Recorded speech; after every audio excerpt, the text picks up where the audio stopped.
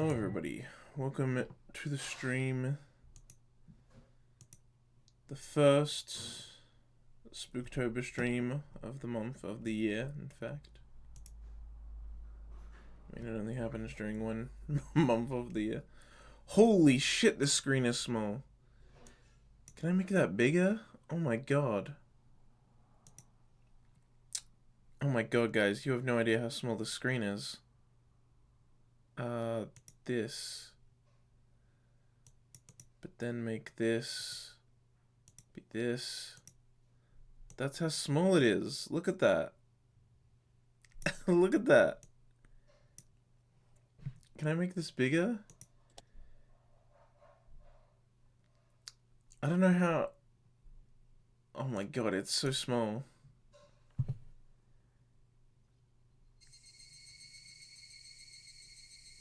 Cicadas. Config. Let's see what we got.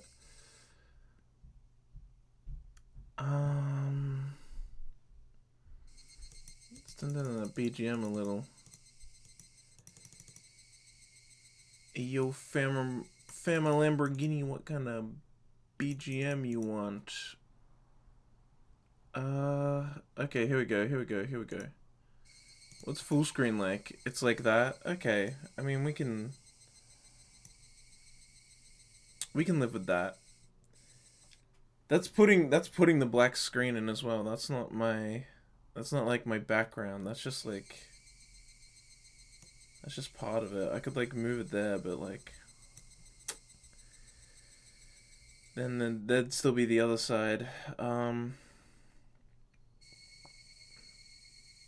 Man, these cicadas are fucking loud on my end. Holy shit. Textbooks, I'll leave most of this. Just turn up the message speed, I guess. Allow skip unread text. Oh, that is off. Okay, black is the selected.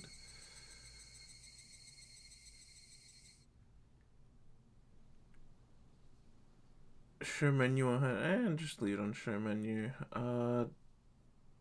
Yeah. Oh yeah, you can use the original character sprites. Oh my god, guys, if you have not seen the original character sprites for Higurashi, it is some rough shit. It's, I am not a fan of them at all. The updated ones are much better. Much better. The originals are rough as guts. Let me actually show you if I get up.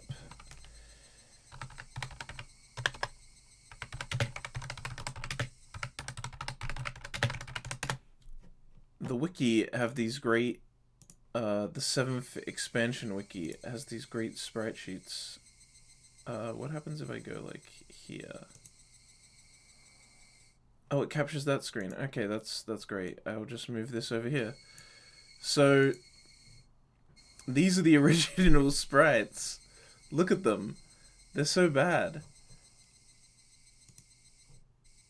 Like the hands. Ugh, I can't get over the hands, man.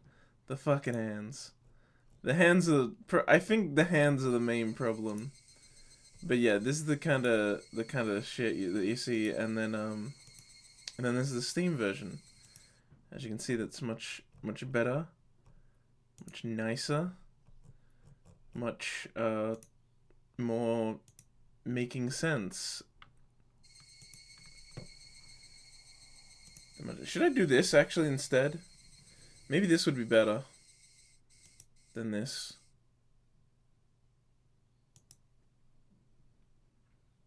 I'm gonna keep it as this for now, but if anyone wants, I don't mind changing it to full screen at some point. Okay, what were we doing? Right, yeah, updated for sure. Language English. Right.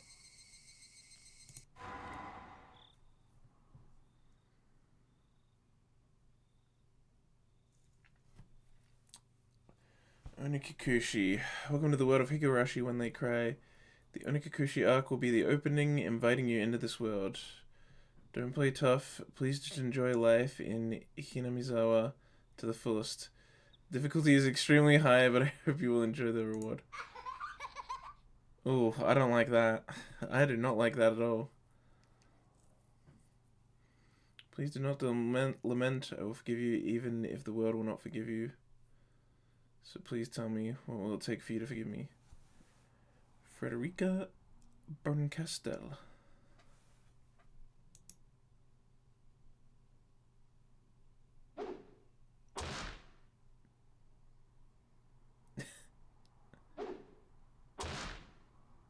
Early summer of the 50th year of the Showa era, 1983. Oof. The sounds. The sounds. If I was gonna be ripped apart anyway, having my body ripped apart would have been far better. I trusted her. No, I still trust her. Even in this very moment, I trust her. But I'm starting to realize I only wanted to trust her because I refused to accept the truth. It was as if I was trying to convince myself in such a silly, sobbing voice, and those tears making a mess of my face. That mechanical, repetitious sound finally stilled, and everything fell silent. Only the cry of the cicadas remained annoyingly loud, and yet I felt as if I could still hear her voice. But that's not possible. She is no longer speaking. The only one crying is me. She never cried. Even when she repeated those words over and over, she never expressed any emotion because there was none to show. If she had no tears to shed for me, then I shouldn't need to shed any for her. Then why? This pain, my eyes getting moist. Why was this happening? I still wanted to believe I hadn't been split apart.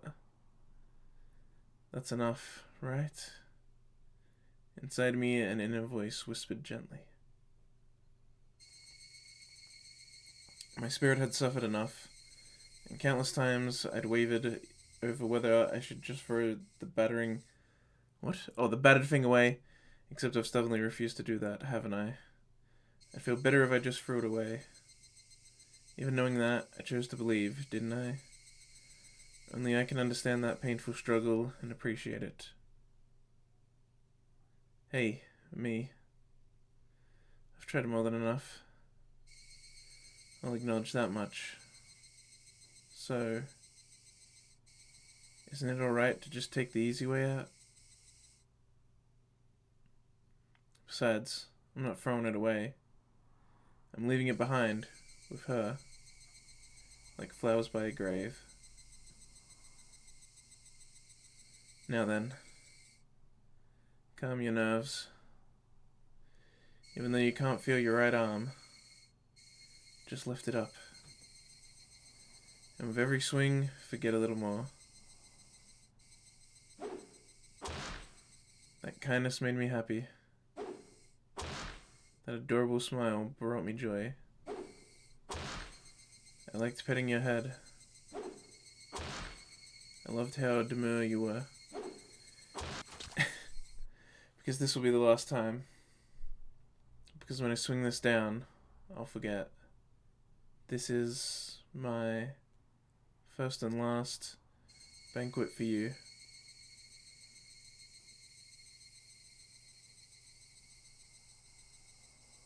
Perhaps I really did love you. Ooh, that's nice. That's nice. Really felt the impact of that one. The pop-up. Already got an achievement. Okay, I was wondering if the whole game was gonna be like a thing. Let me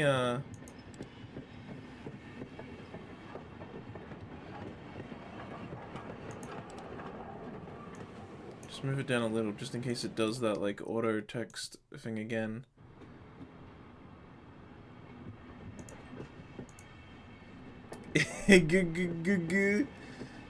Don't remind me of what I left behind.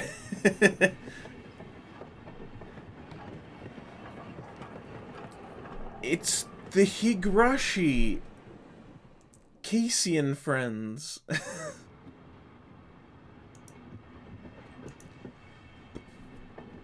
We're gonna go to a fiesta. It's gonna be a great time. Don't worry about it. Everything's fine. Somebody has been apologizing for a while now. I wonder what she's apologizing for. It felt wrong to eavesdrop, so I tried to ignore it. It had been a while since I'd last went to the city. I only returned to attend the funeral of a relative. Even though I'd lived there until last month, I found the bustle of the city to be overwhelming. The skyscrapers and the multi-lane roads. The melodious cacophony of the crosswalk, Jesus Christ. Even the campaign speeches blaring in front of the station felt nostalgic. The place where I live now isn't nearly as lively. There's only the chirping of locusts. Oh my god. Locusts? That's... how do you... Locusts? Is that how you say... I don't know. I feel like... Locusts? Locusts? I don't know. And the babbling of brooks. And the cry of the Higurashi, the evening cicadas. Rather than make me feel lonely, that quietness has begun to instill a sense of serenity. There is nothing where I'm living now. It doesn't just mean there aren't any burger joints. There aren't even vending machines. No music stores, no restaurants, and no arcades. Even an ice cream parlor would be unlikely. Early title drop. Yeah, that is really early title drop. By the way, this is the updated translation because it's the Steam version, and it's also the updated sprites. You can actually use the original sprites if you want. But you cannot use the original translation because the original translation sucks. So when Manga Gamer redid the translation and updated the sprites, I can't remember when, quite a while ago now, but yeah. That'll happen like at the same time a while ago. The nearest town has some stuff like that, but it's an hour away by bike. Come to think of it, it wasn't really a big deal.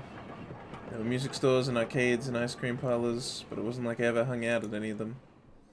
I'd lived in the city for 10 years and never once been to an ice cream parlor. Should have gone at least once. It's only now that I'm starting to regret that a little. Somebody is still apologizing. Who is she apologizing to? She apologized so much, she should just forgive her already. There's no reason anyone should ever need to apologize so much. I started to feel a bit annoyed at whoever was rushing to forgive her. No matter how bad the mistake, there's nothing that can't be forgiven. There's no such thing as an irreparable mistake. Oof. I don't know about that one. Just need to be more careful next time. She's still apologizing, even now. Then, has she really done something that can't be fixed? I have no idea what she's done, but if it can't be fixed, then that's all the more reason to forgive her. No matter how much she apologizes, nothing will change. But even so, she keeps apologizing in such a heartbreaking voice. Hey you, the one she's apologizing to. Why don't you just go ahead and forgive her? She's apologizing in such a pathetic voice. Keiichi-kun! Hell yeah. Keiichi, we're almost there. Is this Reina? Wake up. I was finally roused from my nap by my... Oh, okay. Father's prodding.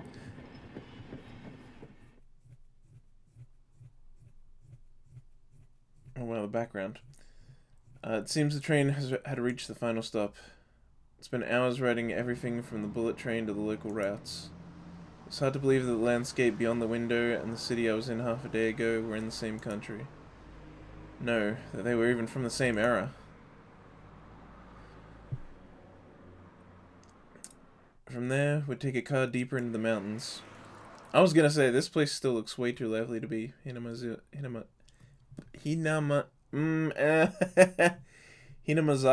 That's what it is. It Mizawa or Mazawa?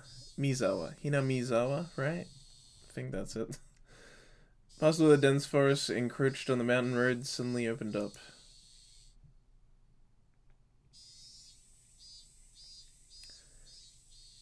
Yeah, Hinamizawa. There where I live now, Hinamizawa. I should know it since Sotsu, like, just ended, and I was watching it, but... I mean, I guess I did know it, I just wasn't confident.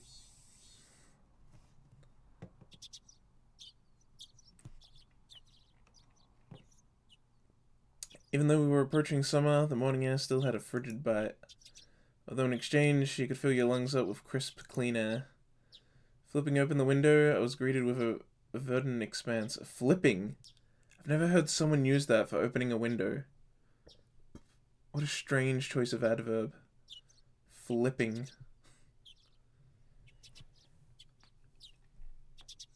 Wait, that's not an adverb, that's just a verb. What the fuck am I talking about, right? Yeah, it's just a verb. I'm retarded. Nothing but trees.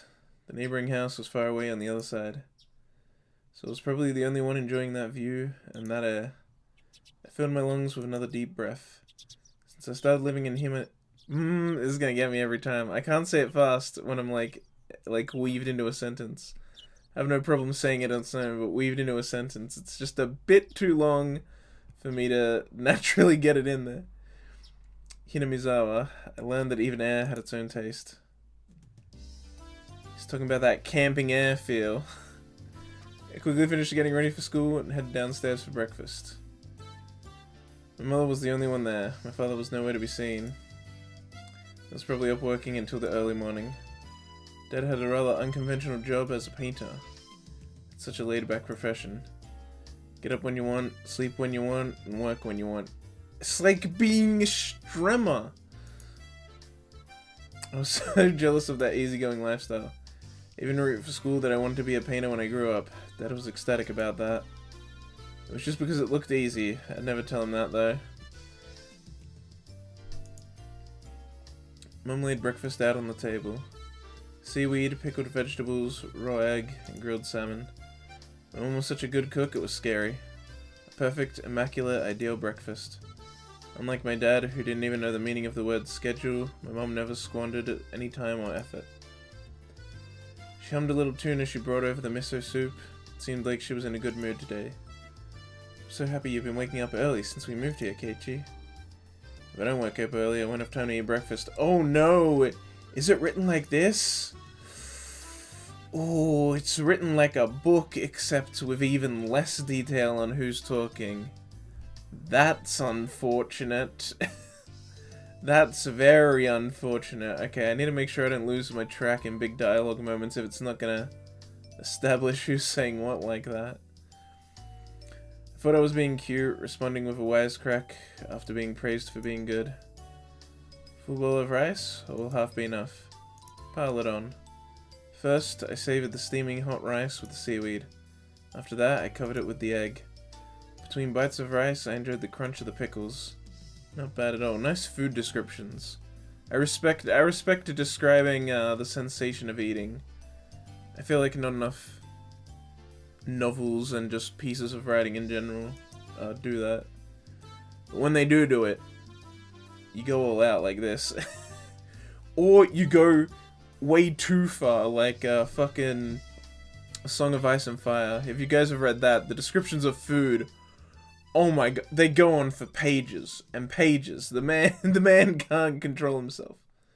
Excellent, as usual. Watching me clean my plate, Mum gave me a warm smile. I'm so happy you haven't skipped breakfast ever since we moved here, Keiichi.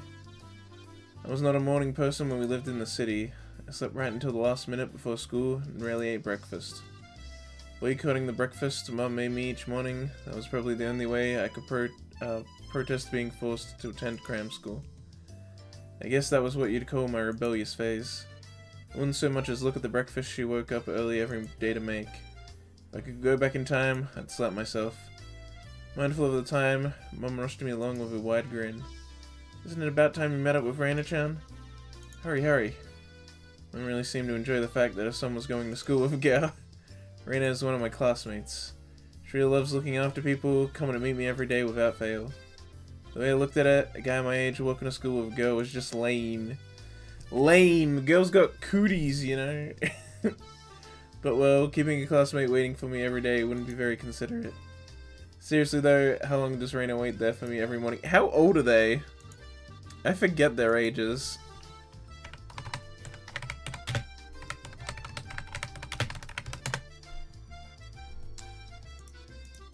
Reina and Keiichi are like the same age. 14? Yeah, that's probably about what I expected.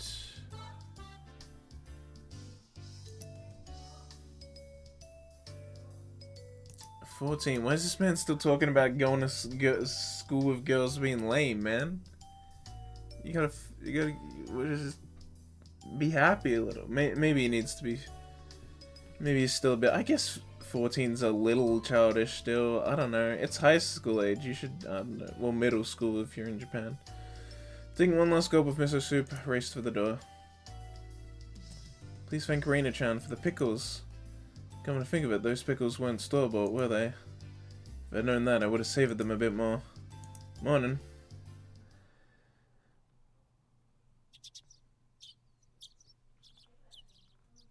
Reina! Oh my god, look at the sprites are so nice. Oh man.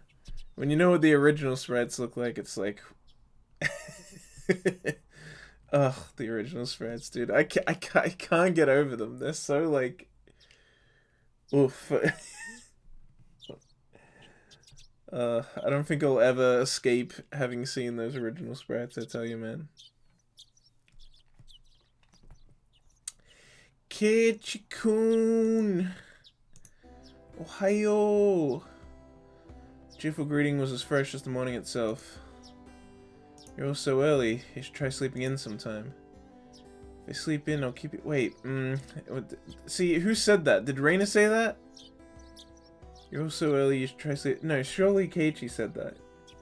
If I sleep in, I'll keep you waiting. I think Reina said that. She's so considerate and such a good person. If that ever happens, I'll just leave you behind. Yeah, okay. Keiichi-kun, you're so cold. I wait for you all the time. I'll leave you in the dust, without looking back. Why are you so mean? Why? Reina had a slightly troubled look on her face. Playing with her was rather fun because of how quickly her mood changed. I'm kidding, I'd waited for you. With those words, Reina seemed to relax. Her face flushed bright red. Thank you. I'd wait forever until you came, Reina. No matter how long. Forever? Reina turned bright red, steam rising from her head as her brain short-circuited. She's especially weak to this sort of talk. It's quite rare to find someone this fun to tease. Have you ever read a romance novel, Reina? Huh? I haven't. Never read any before. In that response, I gathered she was interested in them, but was too embarrassed to actually buy one. I couldn't imagine what would happen if she did read one. She'd probably turn red and pass out. Oh yeah, message from Mum. She says thanks for the pickles. It was nothing. You're welcome. Is this like... What is this like weird thing with the like... Oh, it's because of the... I see. It's so that the text can like overlay. They're making her sprite opaque. That's weird. They're like making it have slight opacity. I can change that in the menu, can't I? Text. That's textbooks though. I don't know how much that would. Let's try it. What's that? What happens if I go like this? Yeah, there we go. Okay. Yeah, just do that. I'm fine with being able to see it all. It was nothing. You're welcome. How were they? Not too salty? They weren't that salty. Actually, they had a pretty light flavor to them. Would have been fine to just be honest and say they were good, but apparently I couldn't be that forthright. I'd like to ask something before that. Were you the one who picked them, Reina? Or was it your mum? Huh? Huh? Why do you ask? Were they too salty? Attitude completely changed as she began to panic frantically. Was it you, Reina? Or was it your mum? Why are you asking who made them? Why? Depending on who made them, my opinion of them might change drastically. Huh? Huh? She continued frantically on her she counted frantically on her fingers, trying to remember the amount of salt she'd used to pickle them. Wasn't like I was trying to tease her, but I couldn't stop myself. Guys who take pleasure in this kind of thing are probably the worst. Guys like me. At least he's honest. Rena nervously opened it and closed her mouth over and over, trying to mutter a response. Oh, muster. It was me. Delicious. Oishi. Huh? Pretty good, just like the last ones. They went perfectly with the rice. Face went bright red again. She was completely spacing out. It truly was a lot of fun to tease her. I pray that Rena never gets taken advantage of by some lowlife. Like you? Keep at it, Rena. I'll train you until you handle it like the average person. So I decided for myself. Let's go. If we keep me on waiting, we'll never hear the end of it. Seeing I should just keep spacing out otherwise, I called Rena back to reality so we could make our way to school. This strange, easily flustered girl is Rena Ryugu. Ugu. I've only known her for about a month, but I've come to realize it's not just her name that's strange. Kinda is a strange name.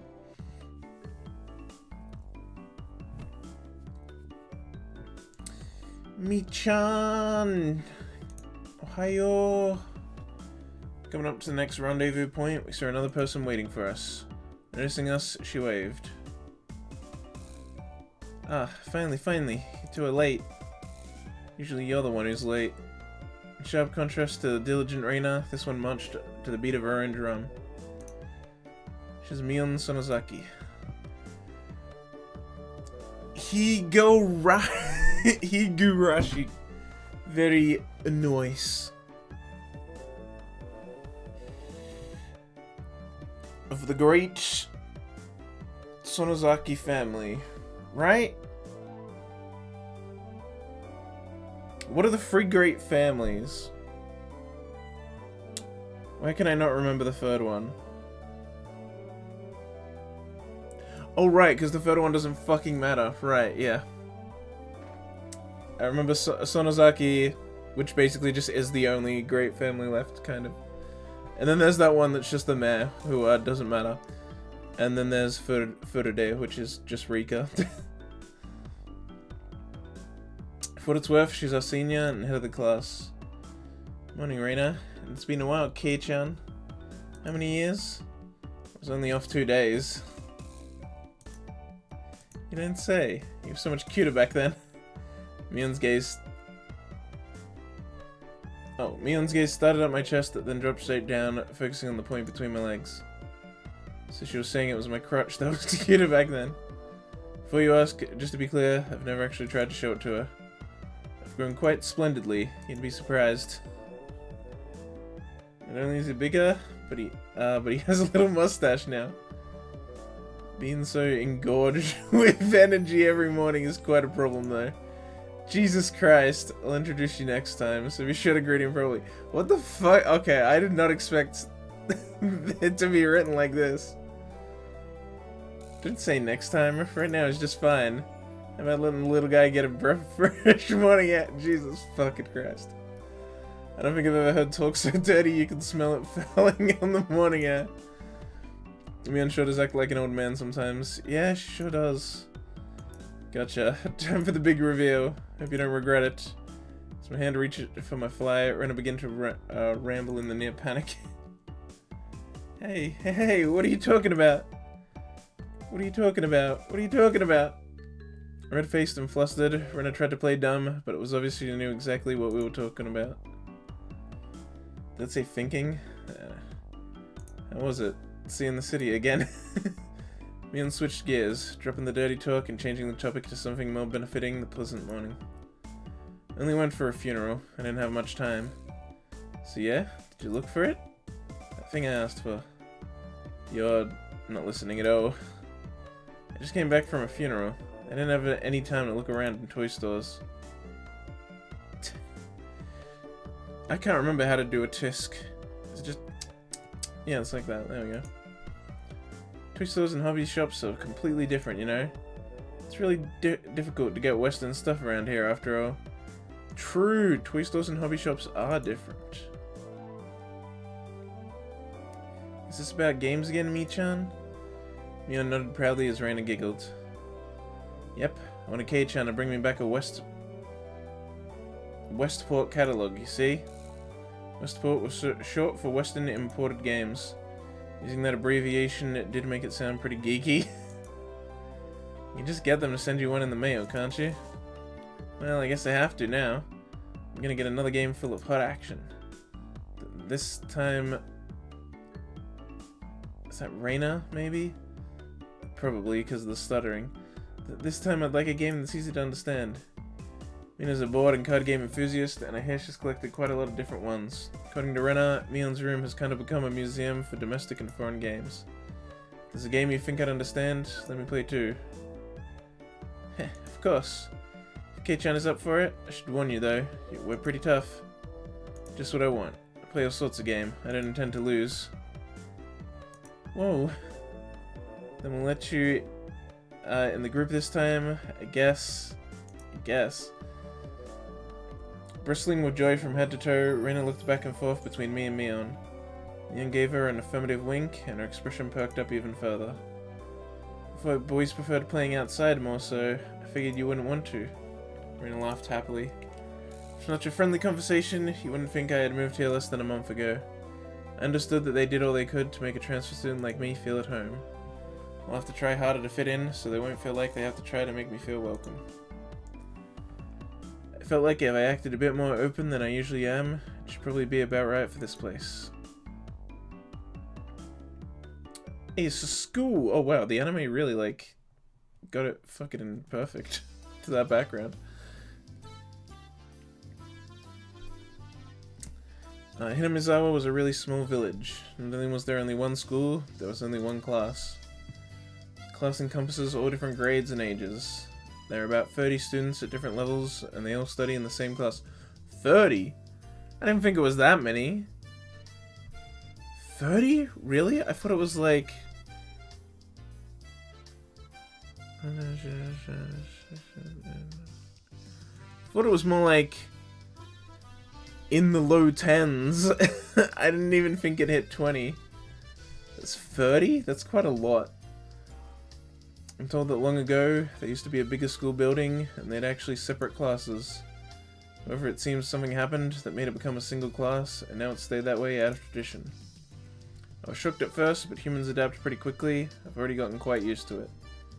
The sound of children playing started right from the morning. With such a lively mood, it felt more like a kindergarten than a proper school. Not that that was a bad thing. I don't understand how you could get any teaching done in schools like that. Like, I'm pretty sure some of those still exist in, like, small towns and stuff. But it's like, how does the teacher teach anything when everyone's at, like, different year levels? Like, I get that it's mostly self-study and the teacher just has to go around helping different people, but I'm like, I feel like that's just such a, like, as if the person isn't already limited in their opportunities by living in a small village. It's like, the teaching also is then limited, like, on top of everything else. It's like, I don't know. Just feels like a very unfair situation to grow up in. Compared to anyone else. Mion, who had been walking in front of us up until then, suddenly let me take the lead. Right in front of the classroom door. So I was meant to slide the door open and enter the room first. Heh. Too bad. I wasn't going to fall for that again. To think you'd give up the lead here. You meant for this to be a test of my skills? Mion chuckled with a haughty smirk on her face. Look at Rena. What is it, you guys? Step back, Rena. It's dangerous. She's here. Huh? Then Satsuko-chan is... Her name was Satsuko Hojo. Oh, they spell it like that? I guess that makes more sense. The subtitles on the anime, they skip out on that first U, I'm pretty sure. She was a disrespectful, imprudent, bossy kid. The way she talks was annoying, but it would be immature to get worked up over just that. The real problem was this. I'm kind of digging this music. Quite the obvious trap. A blackboard eraser wedged in the door. It's too obvious, Satsuko. A haughty laugh came from behind the door. Excellent, Kei-chan. Guess that means you win this round. No, this is Satoko we're talking about. I doubt this is it. After falling for such intricate traps since the day I transferred, I no longer let my guard down. Satoko liked to combine a variety of traps. Traps that were simply there to bait you into the main one. Traps that relentlessly kept coming at you like a sadistic Rube Goldberg machine. The list goes on. So as being clever, they almost never misfire. When you least expect it, she strikes. No escape, no time to relax. By the looks of it, the eraser is normal. No rocks or anything in it. Took a pretty heavy hit from the blackboard eraser loaded with rocks on my first day. Whew. So then why don't you just open the door and let it drop? That's what it is. That's what Satoko was after. Making me focus my attention upward, so as I lifted my hand to the door, the thumbtack stuck into the sliding door. Door handle with tape. Frightening trap. Yeah, that's really a potent and terrifying trap. Concealed by using the blackboard eraser. An impressive combination, Satoko. But in the end, nothing more than the true machinations of a child. Shouted my victory, I threw the door open and stepped into the room. I felt something strange at my ankle. It was similar to the sensation of a jump rope catching on my leg. By the time I realized she had me, hook, line, and sinker, it was already too late. I began to fall in an almost picturesque manner. Kei-chan, watch out! Instinctively reacting to me on a shrill warning, I twisted my body in midair before I landed on the floor. An inkstone filled to the brim was placed right where I would have landed. Inkstone? I shuddered, imagining the situation had I landed square on it. My, what do we have here? A fair morning to you, Keiichi-san. Aren't we a lively one this morning? Look at this little devil child. Sprawled in an awkward position, I was greeted by a mocking voice. That was a step up from your usual traps, Satoko. I haven't the faintest idea what you mean. You're quite unlucky this morning. You little... Ow. Seems I inadvertently sprained my back a little when it landed. Better than landing on that inkstone. Hey, there she is! Nipa! Small hand gently rubbing my head. Pain, pain, go away. Small, dainty hand continued to gently stroke my head. You didn't sprain your back or anything, did you? If you rub it like this, the pain disappears. Thought about asking how rubbing my head would help my back, but I didn't. It's not so much about what you actually do, it's the thought that counts. Yeah, thanks, Rika-chan. The pain's going away now. Say it! Say Nipa! Yay, Rika-chan! Ohayo! Good morning to you, Rena. Good morning to all. Rika-chan greeted each of us with an adorable little bow. It was infectious. Rena, Mion, and I bowed back. Say the thing! You're such a good kid, Rika-chan. So much better than Satoko. I glared over in her direction. Satoko was whistling while rather deliberately trying to avoid eye contact. I'm the very model of a good girl. A good girl wouldn't set those nasty traps. Nothing but lies and slander. Exactly what proof... What? I picked up Satoko by the back of her collar. She looks like a misbehaving cat when I do this. But a cat wouldn't be setting traps. It's much harder to deal with. I'm sorry... Try saying... Oh no, he's saying... Try saying that. You won't say it. I cocked my index finger on my thumb, letting it tremble as I brought it closer to Satoko's forehead. I'm against violence. You don't even have any proof. Just so you know, my forehead flick really hurts. It can split plywood right in half. Eee! Stop! Get away from me, you beast! Don't say it in a way people will misunderstand. Small hand tugged back on my shirt. Small hand tugged on the back of my shirt.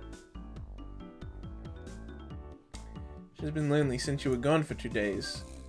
Rika-chan really is just so... How could I do anything more after being told that? I gently released my grip on Satoko, who at this point was on the verge of tears. She still had her eyes clamped shut as she braced herself for the forehead flick. What? It doesn't bother me. You mustn't cry, Satoko. Keep on fighting, yeah? Fighto da yo. Rika gently patted the head of her prankster friend. You would never guess these two are the same age. I think Satoko could learn a thing or a million from Rika-chan. Next time, set an even more amazing trap. Wait a minute. As she observed the scene, Reina's expression grew ecstatic as she began to swoon. Oh, Satsuko-chan is trying. So cute! The fuck? That's their translation of it? Alright, I guess. I guess that works. Don't tell me they took out all the Nippers. I feel like we should have seen a Nipper by now. You can't take them home. But they're so cute. You can't, no matter how cute they are. What a fucking... I mean, I guess that's a fine enough translation. The show is a bit weird, but the cute kinda, yeah. But just for a bit is fine. It's fine. Rina kept a QC face even as the outrageous ideas spewed from her mouth. According to Mion, Rina is ridiculously weak to cute things and always tries to take them home. Object or person. Stealing is bad, but abducting people is even worse. Give it up. Then I can just look. Just looking. That should be fine, right? Right? Rina swooned over Satoko crying form. If a girl ever goes missing in Hinamizawa, I'll be forced to turn Rina into the authorities. Forgive me, Rina. Be sure to bring your care packages when they put you away. Teacher's coming. Quickly, clean everything up. Satoko, that ink stone is yours, right? Just from Mion's single statement, the entire mood of the room shifted back to normal. The inkstone was bad, but the thumbs tacks stuck to the door handle were an even bigger problem. I pulled the tape off carefully, making sure not to skewer myself. Even though Satsuko was the one who set it up, everyone had to pick up after her. By the time the teacher entered the room, the... what? Bedlam? Bedlam? Bedlam? I've never seen this word in my life.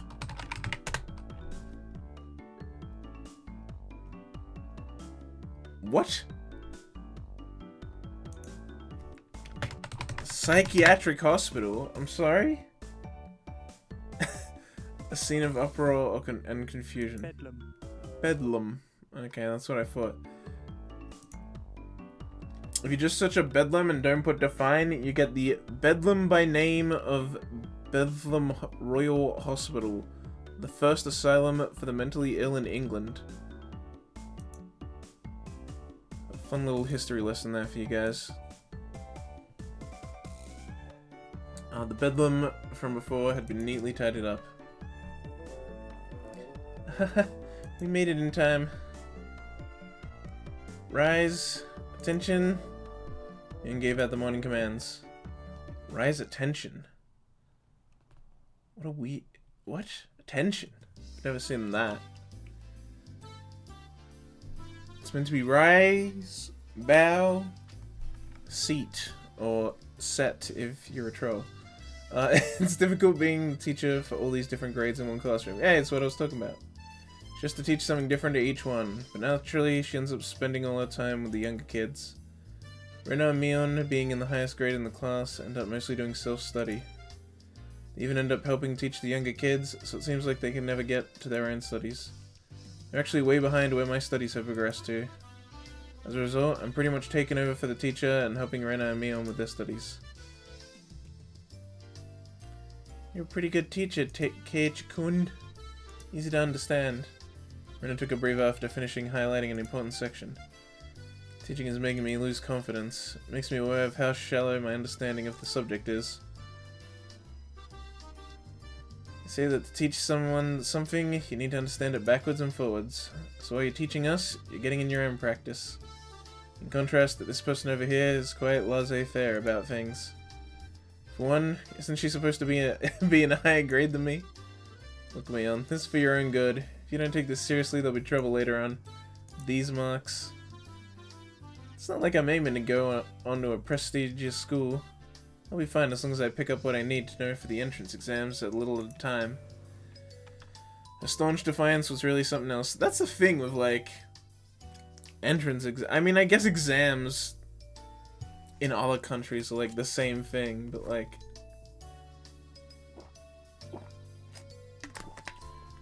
The fact that you can have terrible grades and then just ace an entrance exam, like, by just studying for that specifically is, like, I don't know, kind of messed up in its own way. Although, overall, I do think that I actually like the entrance exam system. I think it's way better than the fucking system we have over here. It's a much better clean slate, especially since you can just retake it, like, the next year. Unlike where once you get your scores, like, if you get a shitty grade and say, like, the year before, it's like, that's your shitty grade from that year. You can't just, like, if you can't get in the school you want to get into, you can't get in unless you want to take a big roundabout way where you do something else first to get, like, more value. But in Japan, you just study and then take the entrance exam again. Like, you can just do that. Staunch Defiance was really something else. This was a different type of relaxed than somebody who already knew what was going to be on the entrance exams. Oh my god, hang on.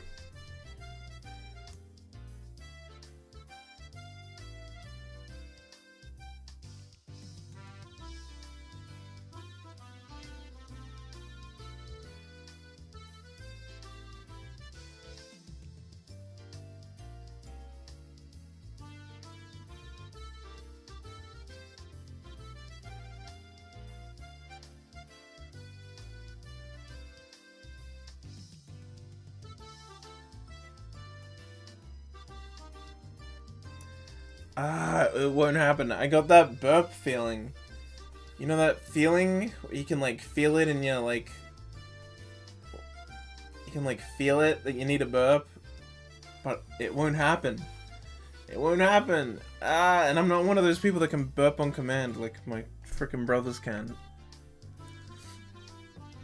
Oh, God. That's just gonna happen at some point now. Oh, well. Whatever. Mi-chan, Keiichi-kun. Keiichi-kun is doing his best to teach us. You need to try hard too. Such a good and honest kid, Rena. Make sure you guys get accepted into a good school. What? Thank you so much. Oh, that. Thanks so much. Especially you, Rena. Private lessons. Just the two of us.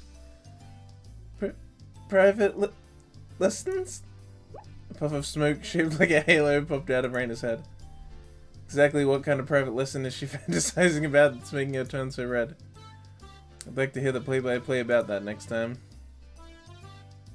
When Mion was flipping through her vocabulary flashcards, she threw out a casual question. So, in the city, do you have to study this much? If you don't know at least this much, you can't get into university. So, you study just to get into a university? Well, yeah, basically. Well, knowing that this stuff won't ever come in handy in the future. Out here, you can get into university as long as you attend, your attendance is good enough. Really? Study equals entrance exams. Having that basic law of the universe so easily overturned sent me into a state of shock. That is right. There really aren't enough people around here to warrant weeding them out with an exam. If anyone can get into university, then there's no need to be all uptight about this stuff, right? Well, that's true, but you should at least know stuff that's common knowledge. This old geezer thinks that instead of wasting time studying pointlessly, you spend his blah blah blah. I keep fucking up the reading. You should be spending your precious teen years doing more meaningful things. It was too profound of a statement to simply laugh off. But since it was Mion, it probably didn't actually have that deep of meaning.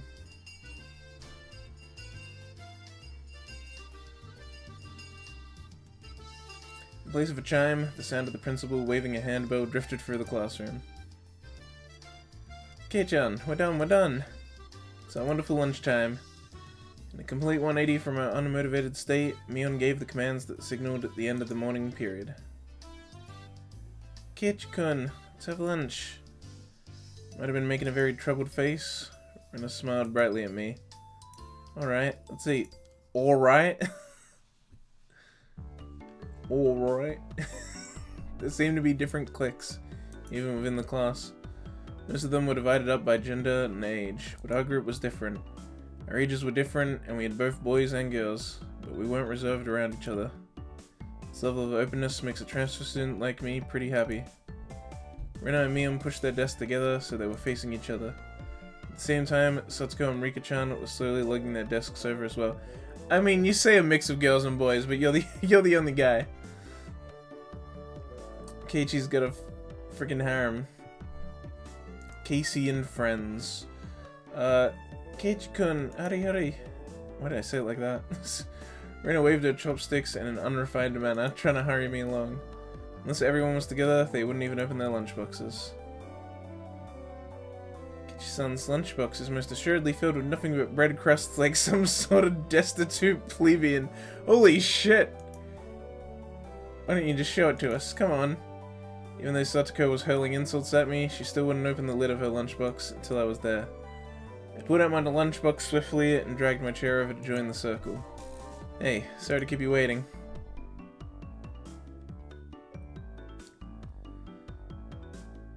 Well then, Representative Me, please give the signal to start. At first, this was kind of embarrassing, but I got used to it pretty fast. At this point, I probably wouldn't even open my own lunchbox if someone else was too slow. Our ages and genders may have all been different, but we were all friends. Let's eat. The sound of a little 5-part course echoed beautifully throughout the classroom. Itadakimasu. Really though, I've gotten pretty used to this group made up of all girls. Of course there are other boys in the class, but they were a lot younger, so they were scared to approach me. Well, that's to be expected. Younger boys just see older boys as scary. Compare that to girls, well, at least these girls aren't picky. Oh, there we go, I got the purple half. Jesus fuck. Oh, I'm finally free. We put all the side dishes in the middle where everybody was free to pick at them. I thought girls would mind sharing a meal with a guy, so I was a bit flustered joining in. However, Mio noticed that and teased me quite a bit. As the fruit of my efforts, I can now reach over and take sides from anybody's lunch. My, isn't Sir Keiichi's lunch extravagant today? My, isn't Madame Satoko's lunch extravagant as well? The stewed stuff has a nice look to it, rather trendy. Buying into the fight that Satoko was starting, our chopsticks locked in a cross-counter, stabbing into each other's lunch. My, how delicious. Oh, this taro is good. The stewed stuff is good too, even cold. After seeing my happy face, Rika-chan's expression broke into a little smile. I saved some from dinner last night. By the way, Satoko and Rika-chan's lunches are always the same. It seems that Rika-chan makes it for both of them every day. Rika-chan made this too? It tastes like Mom's home cooking. I was honestly impressed. The carrot rosettes weren't from a mold. They were done by hand with a knife. That's not easy to do. I guess Rika-chan's just good at this sort of thing. She's really good at sewing, laundry, and stuff like that. Amazing, right? Amazing! Rika is quite exceptional in many ways. Oh ho ho ho ho! There it is. The fucking Satoko laugh. That's nothing for you to boast about. Iconic, honestly. Rena's actually better at cooking than I am. Huh? Well, you know. It seemed that the topic of conversation switched to Rena when she wasn't expecting it, making her blush and trip over her words. Rena's lunch really was the star of the table. Not only did it look good, it tasted good. Everyone else pulled from Rena's lunchbox constantly. Everyone liked this one so much before, so I made a lot this time. It's good, I hope. I hope. You got high marks from me. Ah, Mion, you're taking too much. Knocking Mion's chopsticks aside, I reached out, trying to secure my own portion. Satoko and Rika-chan reached over at the same time, and a struggle ensued. Everyone shoveled in mouthful after mouthful, while praising it. Rena's lunchbox was soon empty. It was kind of bad that no one thought to leave any for Rena, but Rena seemed rather satisfied as she looked on. How did you like it? Isn't Rena-san an extraordinary good cook too? Quite different from Keiichi-san. I said that's nothing for you to boast about. You're not much different from Kei-chan, Sakatoko. Can you tell the difference between broccoli and cauliflower yet? Oh, right! This weird point where she can't tell the fucking difference between broccoli and cauliflower. It's such a weird thing, but she can't for some reason. It's not hard. I don't understand how this could happen to anyone.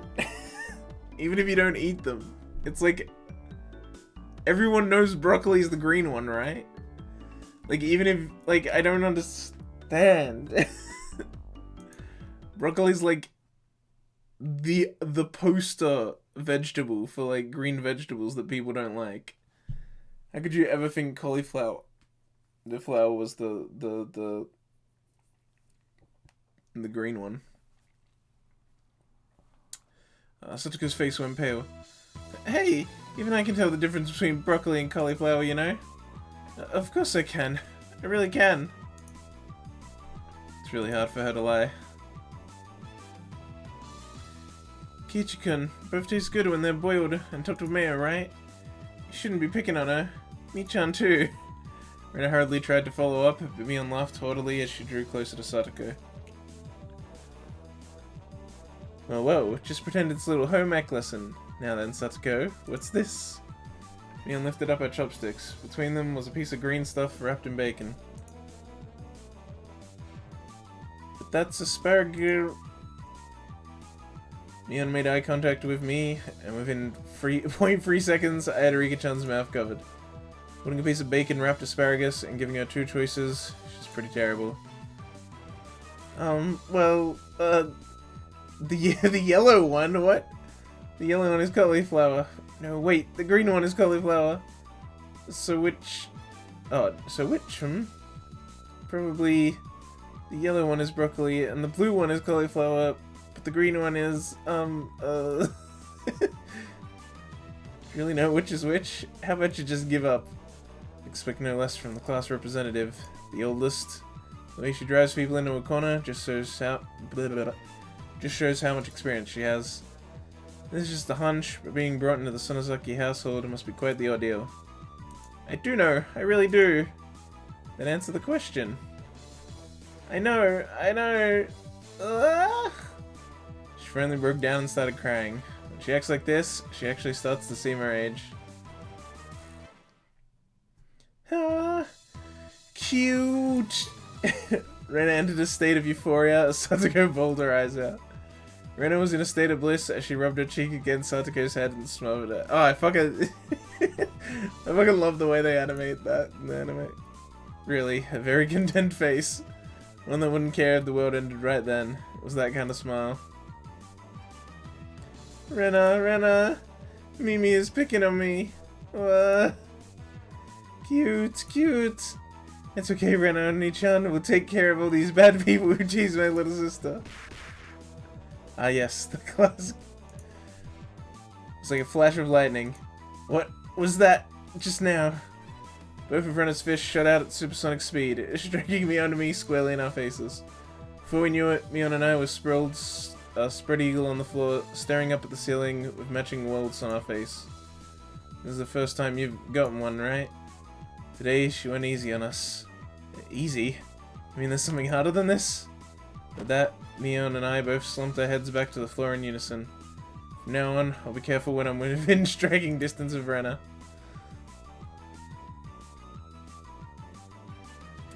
See, Satoko-chan? I took care of them. Cute. I want to take you home. Making sure Rena couldn't see it, Satoko stuck her tongue out at me. Damn it all. Using Rena like a puppet. Rika-chan massaged our bruises without saying a word.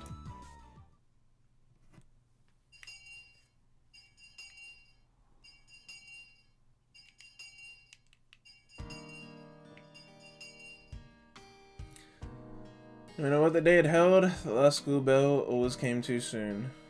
Our shadows stretched off into the distance. Hey Kichi-kun, tomorrow, do you have plans or anything? Huh? Such a direct question from Rena, I inadvertently blushed. If it was a date, then wouldn't you do it more subtly? Rena saw me lost for words, and realized that I misunderstood, and stared under it as well. No, I didn't mean it like that. You see, So apparently that wasn't what she meant. But this is always fun when Rain is in a panic. I went along with it a little. Oh really? So it wasn't meant that way? Huh? Huh? Playing it up, I slumped my shoulders, feigning dejection. Keiichi-kun, why are you so disappointed? Why? Why? Mi-chan! Unable to hold it in any longer, Mion slapped me on the back. I see. So good at geese, I never knew you could push her buttons like that. Huh? Huh? What is it? Mion was rolling on the floor, clutching her stomach, while Reina flailed around completely bewildered. She's literally ruffling. I couldn't help but start laughing as well, feeling just a bit guilty. I ruffled Rena's hair. Kidding. Sorry, it was a joke. That was my fault. She really is a cute one. Yeah, Reina's pretty cute. Huh? Huh? A joke? Since when? Since when? Huh? About halfway through. Halfway? Sakei-chan, that means you weren't acting when you blushed at the start? Huh? That means... It was only a momentary lapse, but there was no way Mion would let such a delicate detail slip by her. Well, you see, saying anything more was also a bad idea. In my bewildered state, I slipped further into an unfavorable position. After that, Mion continued to tease me about it for a while.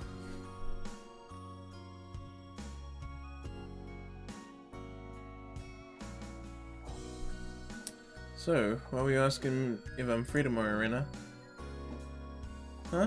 Oh, what were we talking about? It had been so long that Rena had forgotten. That's how long Mion had teased me. It's just, Kei-chan, you probably can't find your way around Hinamizawa by yourself yet, can you? That was true. I hate to say it, but if you blindfolded me and spun me around 3 times like we're playing pin the tail on the donkey, I wouldn't be able to tell up from down here. Yeah, I don't think I know how to get anywhere besides back and forth from school. Yes. So you see, tomorrow we were thinking that Mi-chan and I could escort you through Hinamizawa and show you around. That would be a godsend. Frankly, I was happy about the offer. You'll come, of course, right? If I'm free. You're being invited by a girl, you know. If I'm free. I'm probably free anyways. If I'm free. I was being stubborn so as not to give a clear yes or no. Even though I thought it was a godsend, I'm too much of a scamp to say so up front. What is scamp? What a word to use. This Keiichi kid. This Keiichi kid. What a scamp. Keiichi-kun, you're not free perhaps. Well, Mion and I had a rather sour back and forth. Rena peeked over at me hesitantly. Wait, I'm clicking. Figuring it to be a bit too rough on her, I just gave in. Sorry, forgive me. I apologize. I'm free. Great. The trepidation disappeared from Rena's face as it blossomed into a smile. Hey now. Seems like there's quite a difference between how cold you are to me compared to Rena, isn't there? It seemed to me I didn't care for how rude I was to her compared to how quickly I agreed with Rena. But her being annoyed was very interesting, so I pushed Rena forward, speeding up our pace to leave Mion behind. Let's go, Rena. Maybe it should just be the 2 of us tomorrow. Leave grumpy old Mion behind. Huh? What? If Keiichi-kun is okay with that, then... I'm the one who came up with the idea to take him around. Don't ignore me, Keiichi Maibara? Maibara? I think it's like Maibara? I know, I'm just thinking of how the police guy always says it. Maibara-kun. It'd be great if the 2 of us could go on a picnic together. Should we bring a basket, Rena? If we're bringing a basket, I'll make all the food, maybe. Don't you ignore me too, Rena. I'll tell everyone that you 2 disappeared into the hotel district together. Well then, I'm going home right now to start making it. Tomorrow's gonna be so fun. Later, Keiichi-kun. Mi-chan. Bye. Rena bounded off like she was walking on the moon. After the dust settled, all that was left was me standing next to Mion, sprawled out on the ground. There was a welt on her face. You alright? That was over 2 meters between you guys. Since you came, they've become sharper. This old geezer's body can't handle it. Maybe it'd be easier if you stopped saying stuff that makes Raina want to hit you. Or else this will end up being Mion's slapstick comedy hour. If that happens, the results might be fatal. Don't feel bad, Mion. You're probably the only one who can dodge our jabs. Felt like it was our knee, though. Could it be that we were hanging around with an unrivaled martial arts master? Maybe someday we'll see her debut in an extreme contact sport. You can't lose to Raina. You need to train up and have a rematch. Kei-chan, you should. This old geezer will root for you. Ian and I reaffirmed our determination to discover a way to counter Raina's infallible technique.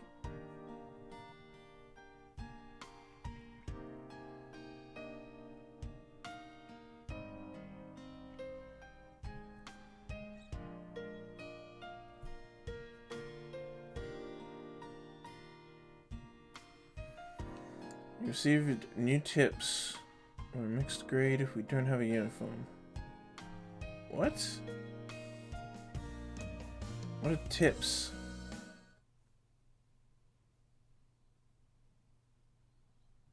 Oh, is it like extra like scenes? Okay, well, maybe I'll check that out at the end then.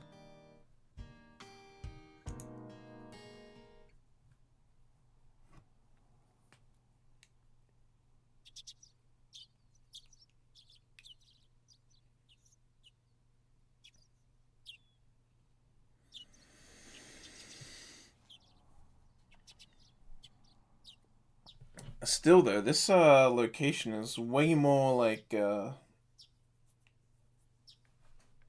more residential than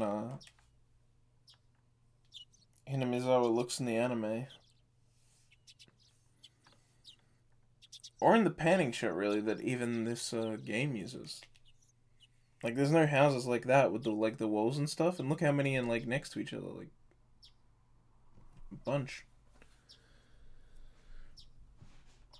I took it a little too easy on the morning of my day off. I was totally late. Today was the day Rena and Mion were going to show me around Hinamizawa. Hey, casual clothes! Whoa, what is with Rena's...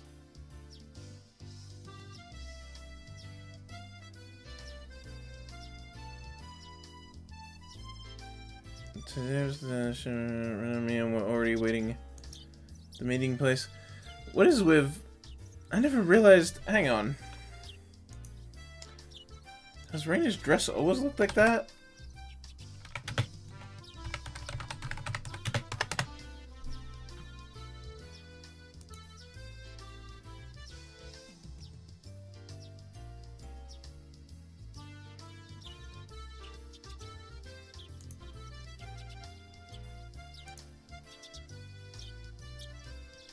Huh.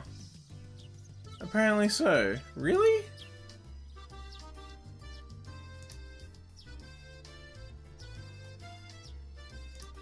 Huh. I never realized how much it, like, comes up at the front. Like, look, you can see her legs there. I didn't realize it did that. I thought it was just the same length all around. Kei-chan, you're late. Sorry. The show I was watching last night was really interesting. Blame that. Oh, so that's your excuse for being late and keeping two girls waiting. Kei-chan, you just got here yourself. Berenstain Bears syndrome intensifies.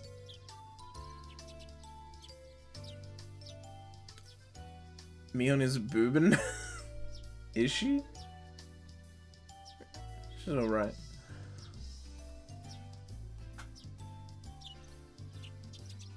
Although it seems like she's not wearing a bra. Or is that meant to be the edge of the bra? It's a bit high to be a nipple, but I don't know. Anime artists are weird where they put the nipples.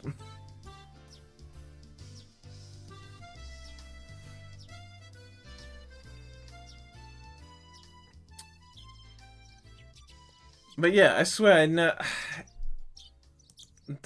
know, I feel like I saw inconsistent images when I looked it up too. But Important graviton it. Look, Ray mentioned it. But also, yeah, I'm just really hung up on that, on Reina's dress. I never noticed that. It's like wigging me out. And I saw seemingly inconsistent results when I looked it up, so I have no idea. But, I mean, if this is the sprite, this is the sprite. So, actually, let me check the original sprites.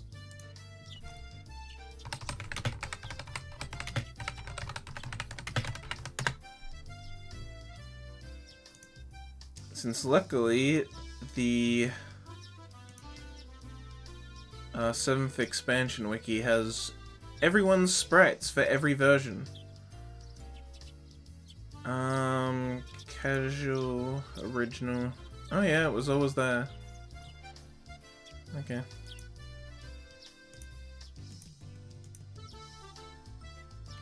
They made it less open in the fucking Matsuri version.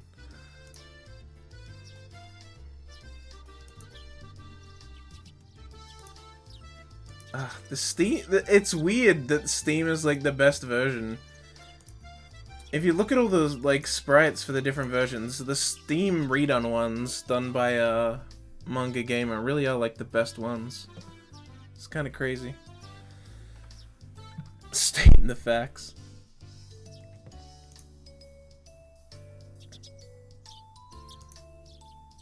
Last night's episode of A Day in the Life of was interesting, wasn't it? She was just as guilty as me. Reina was carrying a pretty heavy-looking handbag. What is that? Mion answered my unspoken question with a wink. That's right, Reina really did make a picnic. Kei-chan, after you left, Reina pulled out all... Oh, right. Right, Reina calls me Kun Mion-chan. Kei-chan, after you left, Reina pulled out all the stops. It's not like I forced her to do it. It was nothing, so don't worry about it, okay? She's been like this since last night, you know? Can you take responsibility for this? Alright, alright. I am a man after all. I'll take responsibility. Huh? Responsibility? For what? For what? As we both turned around slowly to look at Reina, our gazes drifted downward to the massive handbag she was carrying. It didn't seem logically feasible that it would be entirely filled with lunchboxes. Except this was Reina we were talking about here. About 2 kilos, I guess. When Reina was picking it up, I could see she was struggling a bit. I say 5. You're exaggerating. Keiichi-kun is a boy after all. I thought he could probably eat a lot, so I made a lot, okay? Let's get going. Heave ho! Just from the way she was lifting it up, I couldn't believe the only things in there were lunchboxes. Correction, I say 5 kilos too. I'll help out, but all of it needs to be eaten. I won't forgive you if you make Reina sad, got it? The only thing I could do at that moment was exercise a bit to make myself hungrier.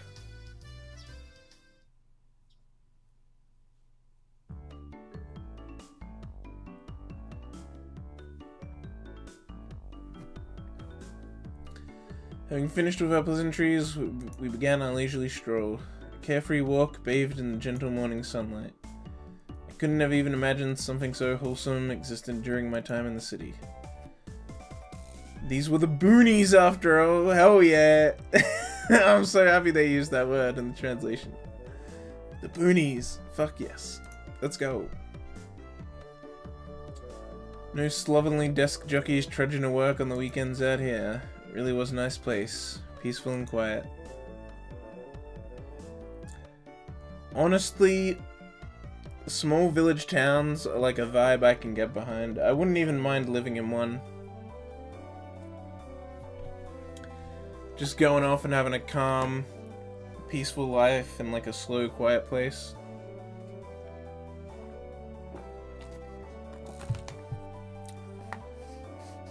But that's a vibe I can get behind. I mean, I've considered it. I've wondered if I would be happy if I actually just did that.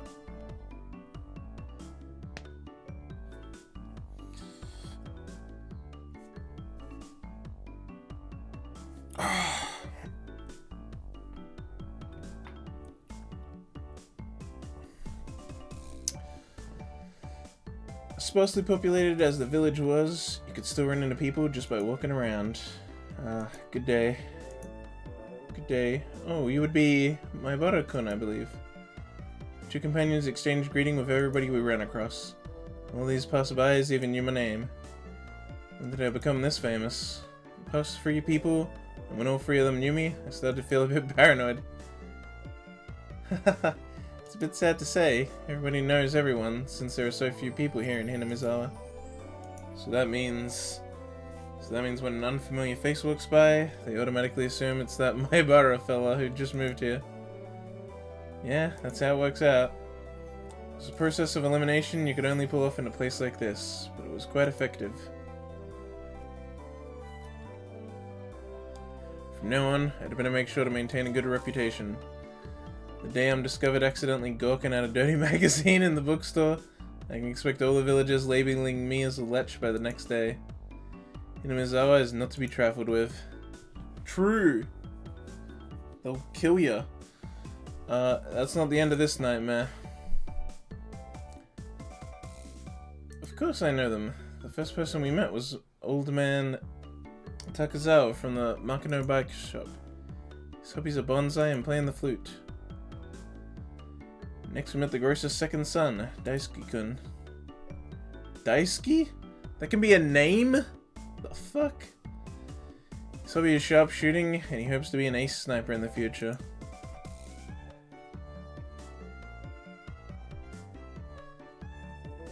I just know it's Daisuke, not Daisuke, but still, that can be a name? Never heard that name before. And the person we just met was Mio-san, the nurse from the clinic. Oh! I hope he's a birdwatching and photography. Mio-san's the chick, right? I knew the names of everyone we passed by, and even their profiles. Seeing my surprise, me and Arina exchanged looks and burst into laughter. Well, yeah, we're not like the city, where people hardly know their neighbors. Well, let's try it out. You there, who am I? You're Keiichi Maibara. You say some mean things, but you're actually a kind, shy person. It's been 3 weeks since you transferred here. Your hobby is taking afternoon naps. Lately you switched over to wearing boxers. Didn't you? That's enough, that's enough. Boxers? Enough of that. Apparently there's absolutely nothing you can keep hidden here. Hinamizawa is not a place to be trifled with.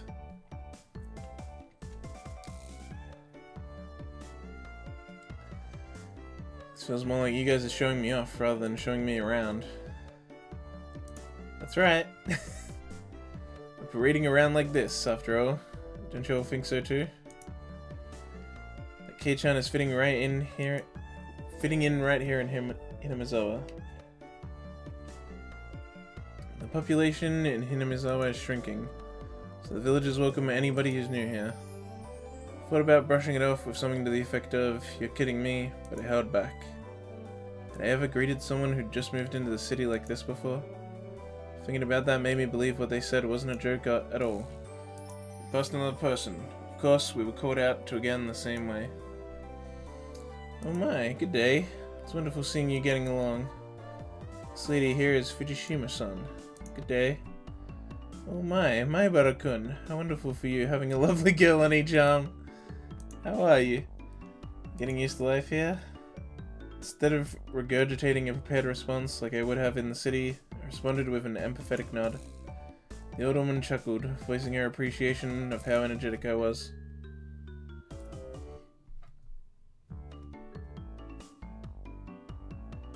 What?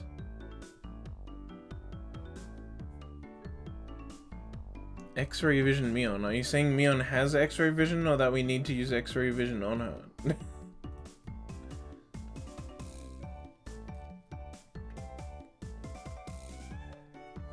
Oh, the boxes, right? The boxes. Right.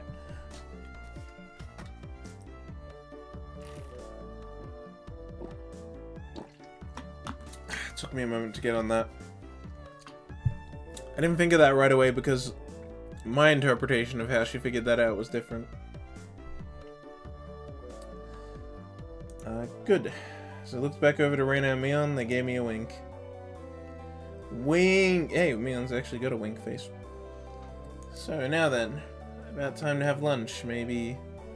When his brilliant smile singled the approach of an event that both Mion and I were trying to forget. We both looked at each other. I'm a man, I'll do what I can, but it's just too much. It's fine, Kei-chan. Leave it to this old man. Mion has never seemed as reliable as she does right now. I'd expect no less from the class representative. Rena, if we're going to eat, we might as well go somewhere with a good view. What? Yes. Good idea. I agree. Rena nodded her head happily in response to Mion's proposal.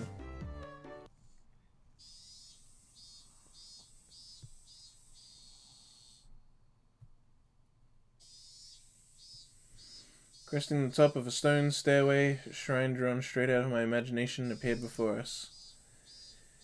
It had worn down a bit through the years, but the fallen leaves had been swept up, giving it a tidy feeling. This here is the Furude Shrine. It's probably the place with the best view around. This place, be sure to remember it. On our next break, a festival will be held here. Isn't it a bit too early in the season for a festival? The Watanagashi isn't a summer festival. Long ago, it used to be a celebration of the end of winter. I was embarrassed for assuming the festivals had to be held in the summer. Now then, spread out the lunchboxes, and there.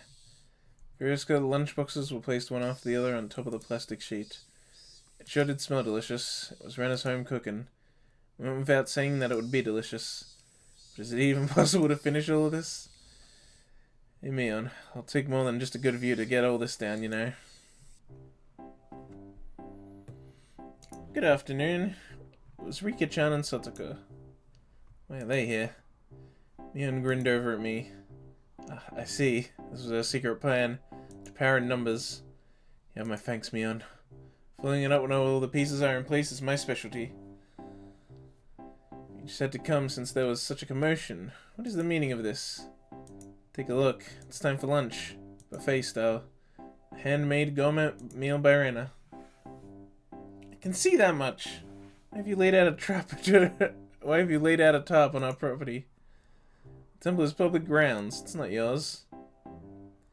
Keiichi is right. This is everyone's property. Wow, Rika-chan is such a good girl. Have a seat. Eat with us.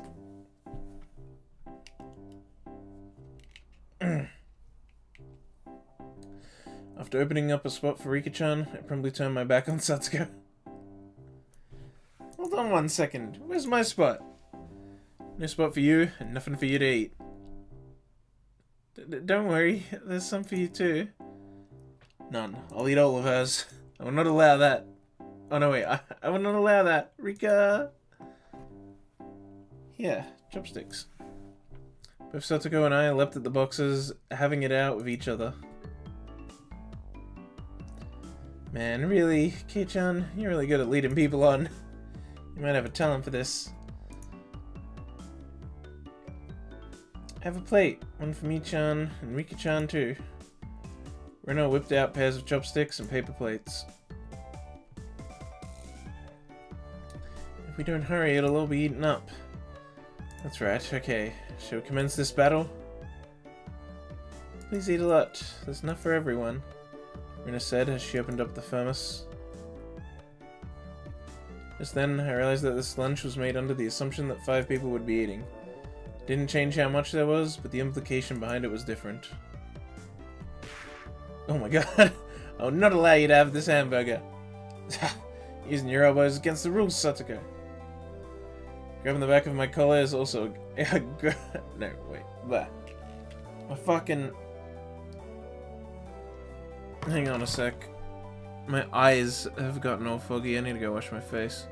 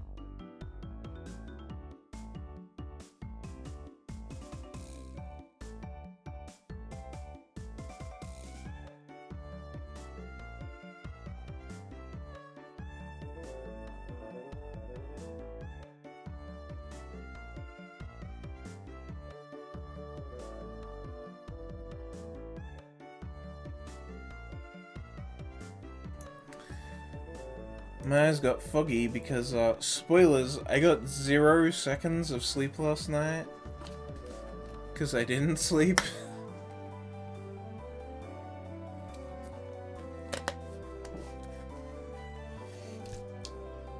So, yeah. I mean, I rested in my bed for like 3 hours, but that's just it. I was just resting. I was just like lying there, kind of resting to. I mean, you'd be surprised how much that can actually help. Just even doing that much. Sounds unhealthy? Nah, it's not that bad, honestly. You can skip a night's sleep more often than you'd think, and you're fine. Although I guess being fine isn't being healthy. I mean, if we're talking optimal health, you probably should be sleeping every night, but it's not a big deal to skip some nights. I don't know. But yeah, I didn't sleep last night. The night before I got a lot of sleep though, so it's fine. It's fine. You know, work itself out. I need to fix my sleep schedule anyway, although this is probably just gonna fuck it up, because now I'll be tired after streaming, and then I'll probably end up sleeping for a few hours, and then I'll probably like get a night's sleep, and then wake up at like near to bedtime, and then I won't end up sleeping at night again, and then I'll be tired in the middle of the day. It's gonna, whatever. You know what? Don't worry about it.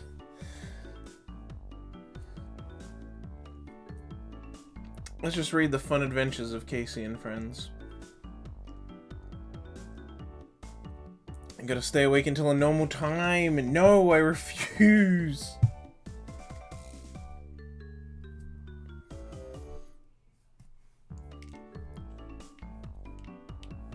I'll fix this. Well, if I do that probably wouldn't fix it, actually. I don't know. We'll see what happens.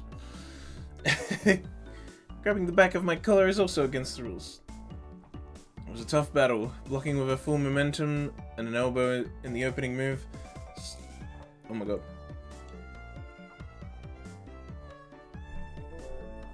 Satoko appeared to have the upper hand, but the difference in our proficiency with chopsticks proved to be fatal and gave me the upper hand.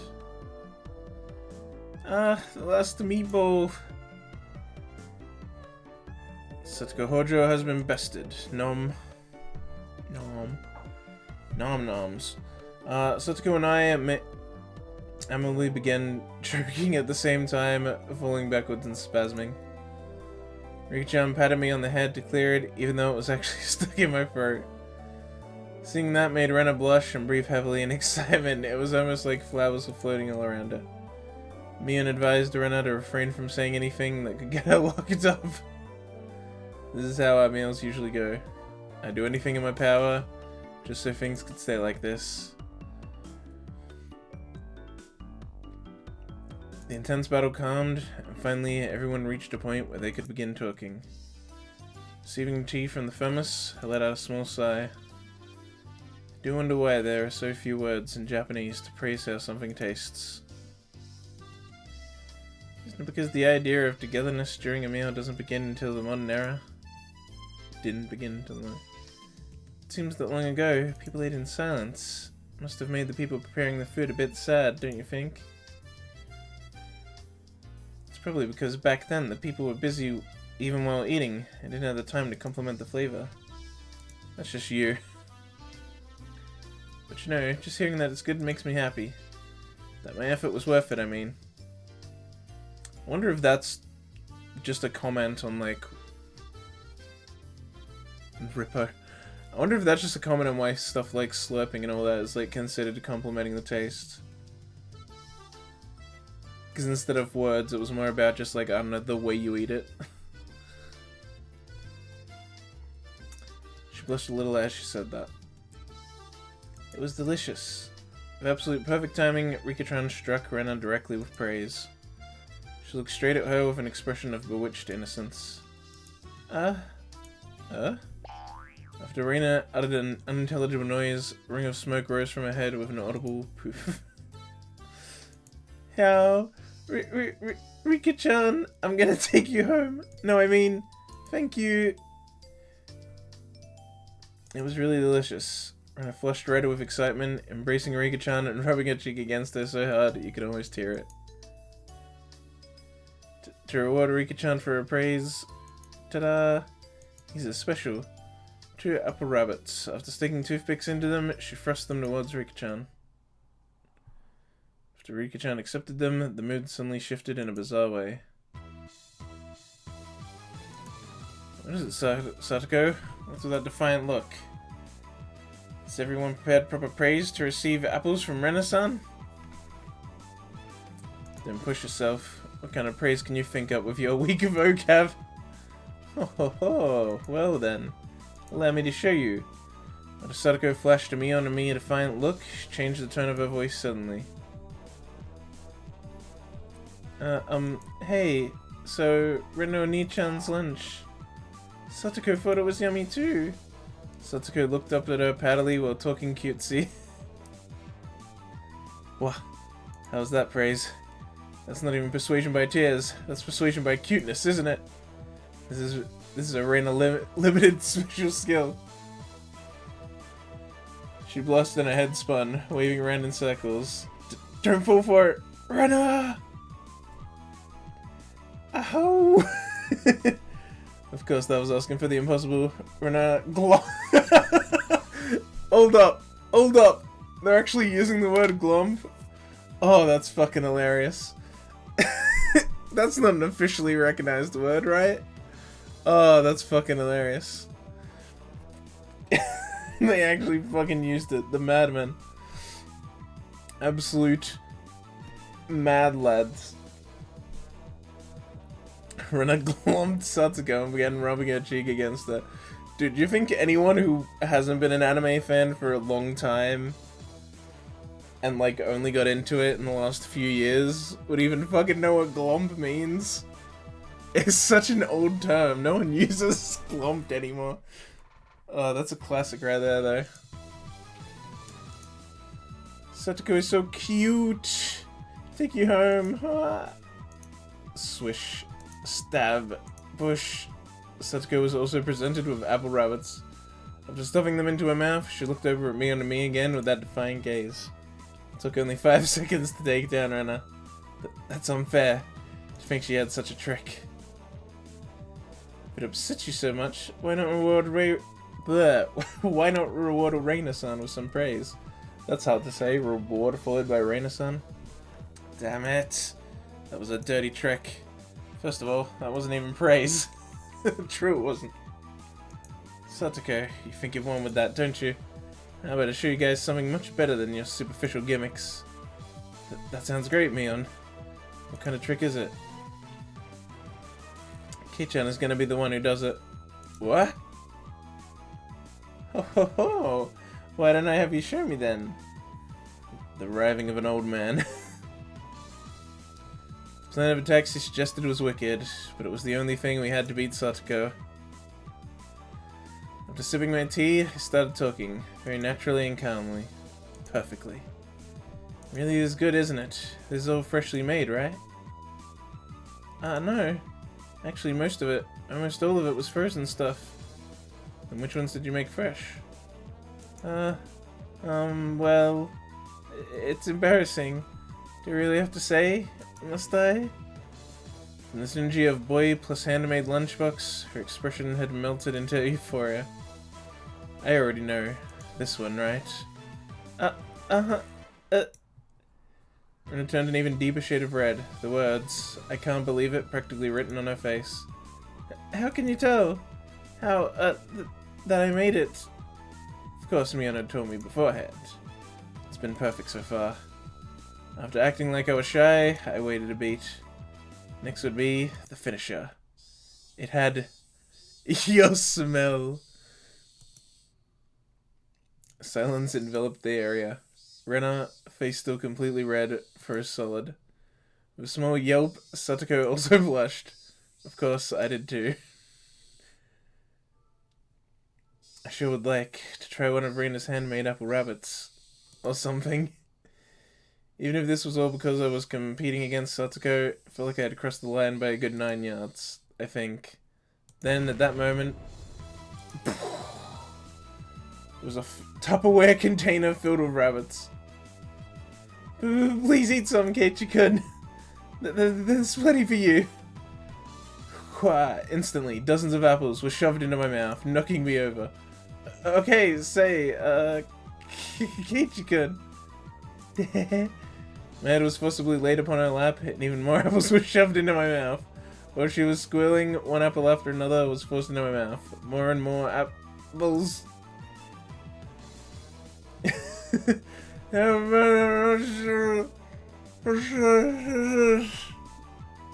How about them apples, Satsuko? Looks like we win. Kei-chan, that was a beautiful sacrifice. How's that, Satsuko? This is a complete victory, isn't it? I can't believe it. Such trickery. It doesn't bother me at all. Satsuko ground her teeth, mortified. We did it. I claimed victory as my consciousness drifted slowly away from me. At that time, Rina stopped her squealing as she suddenly realized something. Riki-chan, you're not eating it. Did the salt water make it too strong, maybe? Maybe? Salt water. Salt water? What was she using salt water on? What? Looking over, Rika-chan had pulled the toothpick out of the apple rabbit, placed it into her cupped hand, and seemed to be at a loss for what to do. Poor Mr. Rabbit, I feel sorry for him. I want to save him. That was the sound of blood splatting from Rena's nose. Cute! Tonight, I will take you home. She sucked sporadically, her head wobbling back and forth. Then, coming back to her senses, she took all of the apples around me, gathered them up with a flip, and fixed them back on a plate. Now they're all just fine, Kei. Here, I'll give them to you, Rika-chan. Kei. Rika-chan raised up Satuko's hand like a referee after having the plate of rabbits shoved to her. She whispered, "This is our victory." What? Come back. How should... What? I just don't care. So many H's. Thus, my sacrifice ended up being in vain.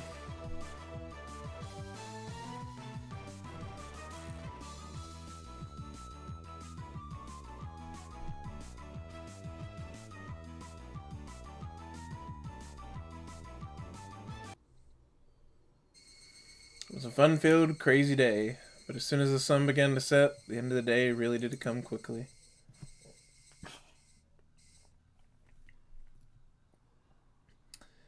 Later, Rina and Kei-chan, see you tomorrow.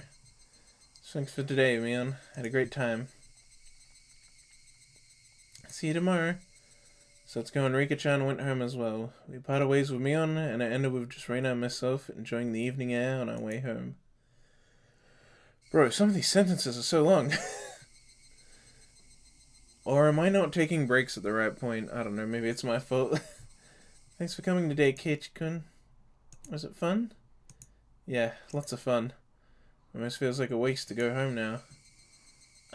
Then, well, would you mind taking a little detour? Maybe? We're gonna go to the fucking dump. Detour? Is it far? It's a bit of a walk, but it won't take long.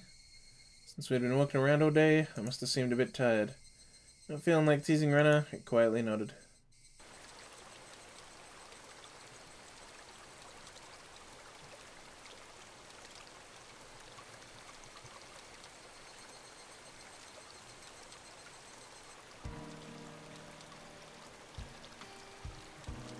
Traversing a small path and up a small hill, the land suddenly stretched out before us. There, what looked like the remains of a dilapidated construction site came into view.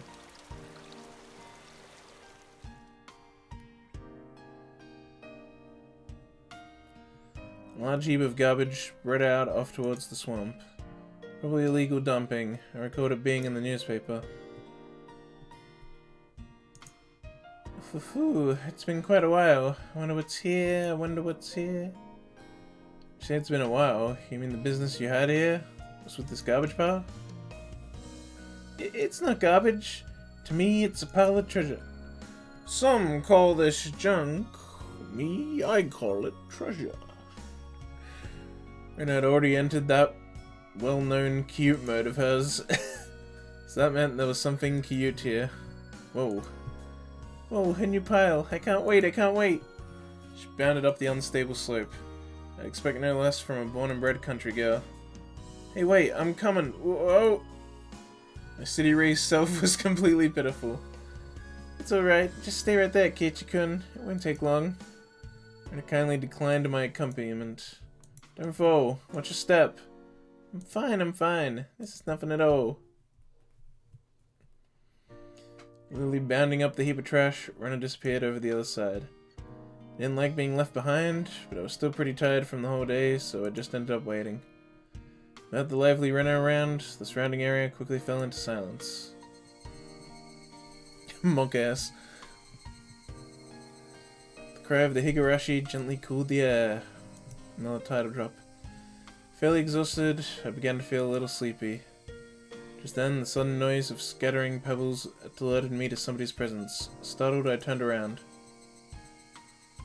Standing there was a typical-looking photographer. He spied over at me for his camera. His body was tanned and fit. Yeah, what the f... Dude, I don't remember him being this buff. Was he meant to be this buff? He's kind of fucking jacked. Dude, I don't remember him being this jacked in the anime. What the hell?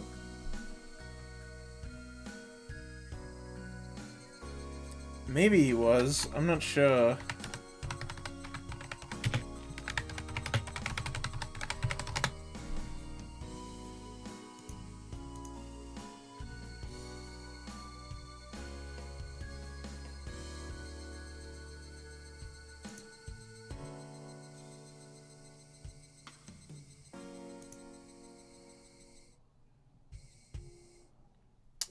Oh, yeah, he kinda was. Not nearly as fucking jacked as he is here, though. Like, look at this sprite. My god. This man fucking lifts. But he was tanned and fit. Something about him seemed unreliable. And he had a bit of an aloof air about him. Well, it didn't seem like he was a bad guy in any case. Whoa. Surprised me. I was startled when I turned around. He overplayed his reaction. That was my line. I'm the one who's surprised here. My bad, my bad. Didn't mean to startle you. You from Hinamizawa? I gathered that he wasn't, from that question. Unfazed by my suspicious outlook, he introduced himself without my prompting. I'm Tomitake, freelance photographer. I come to Hinamizawa from time to time. I didn't ask who you were. Quite rude to photograph someone without consent, one would think. My bad, my bad. I mainly photograph wild birds. They can't refuse, you see. So what, you're saying I'm the same as the birds? No, well, you see, an image of a young man in the twilight was just picturesque. I apologize for trying to take your picture without asking. Adults are pretty slick. All that annoyance I felt from being startled just flew away as he buttoned me up. I had no intention of hanging around with this guy, trying to get cozy with me. Except it didn't seem like Renna would be back soon.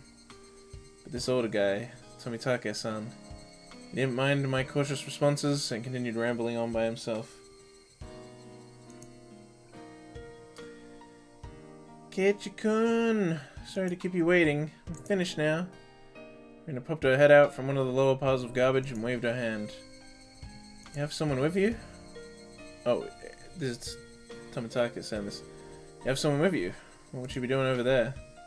That's what I wanted to know. Don't know. Maybe she's checking on that disembodied corpse that was out here long ago.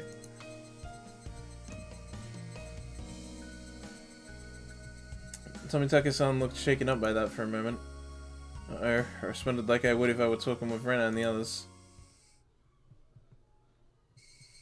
It's quite a disturbing incident.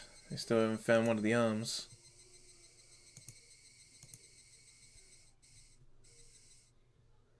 Haha. Keiichi-kun, sorry to keep you. You were waiting a while, I guess. I'd best leave you two lovebirds alone. Again, my apologies for startling you, Keiichi-kun. Tomitaka-san chortled suggestively, then disappeared into the twilight. Missing my chance to retort put me off a bit. Keiichi-kun, are you angry? Why, I wonder. It wasn't Reina's fault, so I decided to just brush it off for now. How was it? Find a treasure trove? Oh yes, so listen, you see, there was Colonel Sanders' doll. I was wondering if they were just gonna outright say it. They fucking do, that's hilarious. Colonel Sanders' doll. Oh, that thing? Those statues they always have out in front of the fried chicken place? That life-size dummy? Yes, Colonel Sanders. How cute! Wanna take it home? Couldn't tell how she decided what's cute or not, but well, she seems to want it. It's garbage, right? No one would care if you just take it home, right? It's become the base of another pile. I can't dig it out easily. There's no lampposts over there, so it'll get dark pretty soon. Reina seemed quite down about finding a treasure and not being able to bring it back. I'll help you out, to repay you for that delicious picnic you prepared today.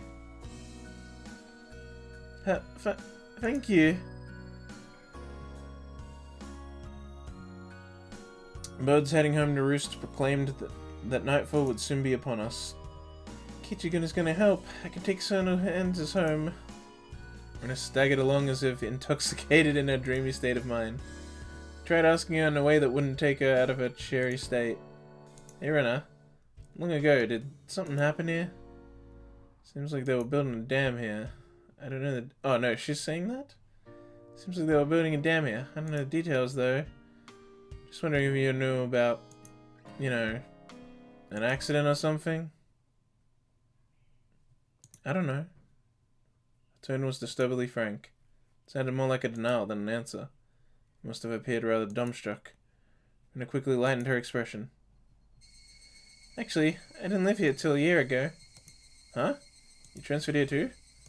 I was sure that. So you see, I don't really know much from before that. Sorry. Didn't really know, don't want to talk about it. That was the kind of feeling she gave me. Thinking about it, of course it would be like that. That wasn't the type of thing girls would enjoy talking about. It was quite a disturbing incident. It seems they haven't been able to find one of the arms. If it's just like Tomitaka's-san said, then I have a feeling only the Higurashi would know.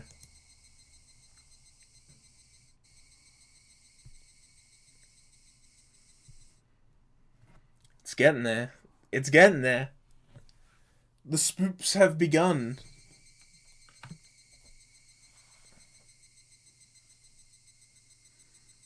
The Maibara Mansion Dam Site Murder Dismemberment Newspaper Edition.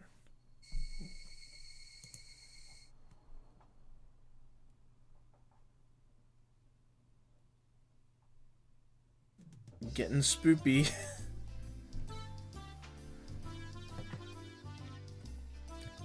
Do I... Oh, I finished my iced coffee. No.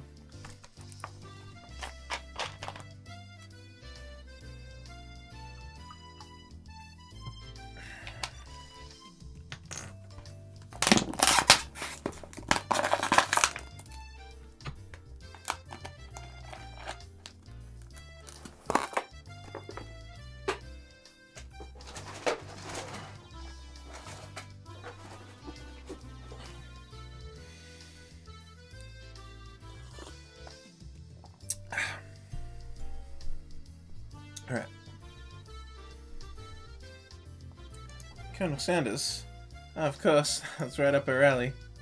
I understand her wanting to take home Masatoko and Rika-chan, but I can't understand the Colonel Sanders. What's so good about that four-eyed geezer? Four-eyed? What? The Colonel wears glasses? Does he?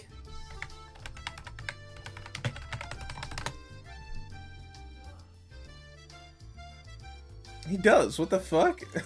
For some reason I thought he totally didn't, okay. Yeah, no, he just does. I don't know why I thought he didn't. Probably better to hear it from Rena, don't you think? Should probably just say, because it's just so cute, though. Does Rena often go to the construction site to hunt for treasure? Every now and then, she says she's gonna have a look. But a girl her age running around in garbage is, well... If Rena enjoys it, then I think it's fine. What are they doing over there? Dam construction? It had been bugging me since yesterday, like an itch I couldn't scratch. It was cancelled a long time ago. Everyone gathered together and fought against it. Hearing an ominous word like fought come from Rika-chan's mouth startled me. That's right, it was unbelievable. It said Hinamazawa would be sunk into the reservoir, and we had no say in the matter. So I'm only able to be here because the protest succeeded.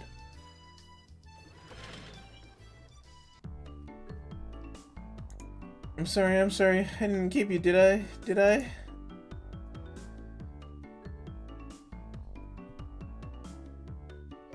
What?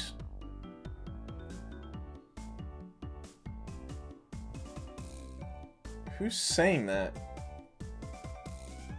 Satoko? I have no idea who's saying that.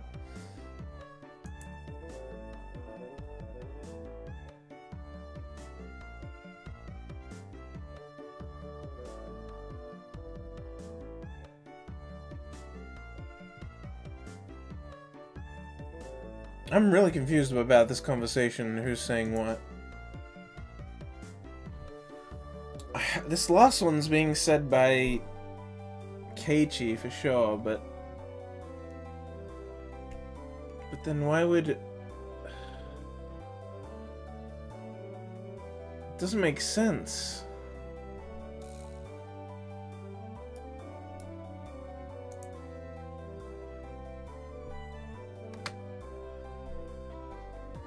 Whatever, just go.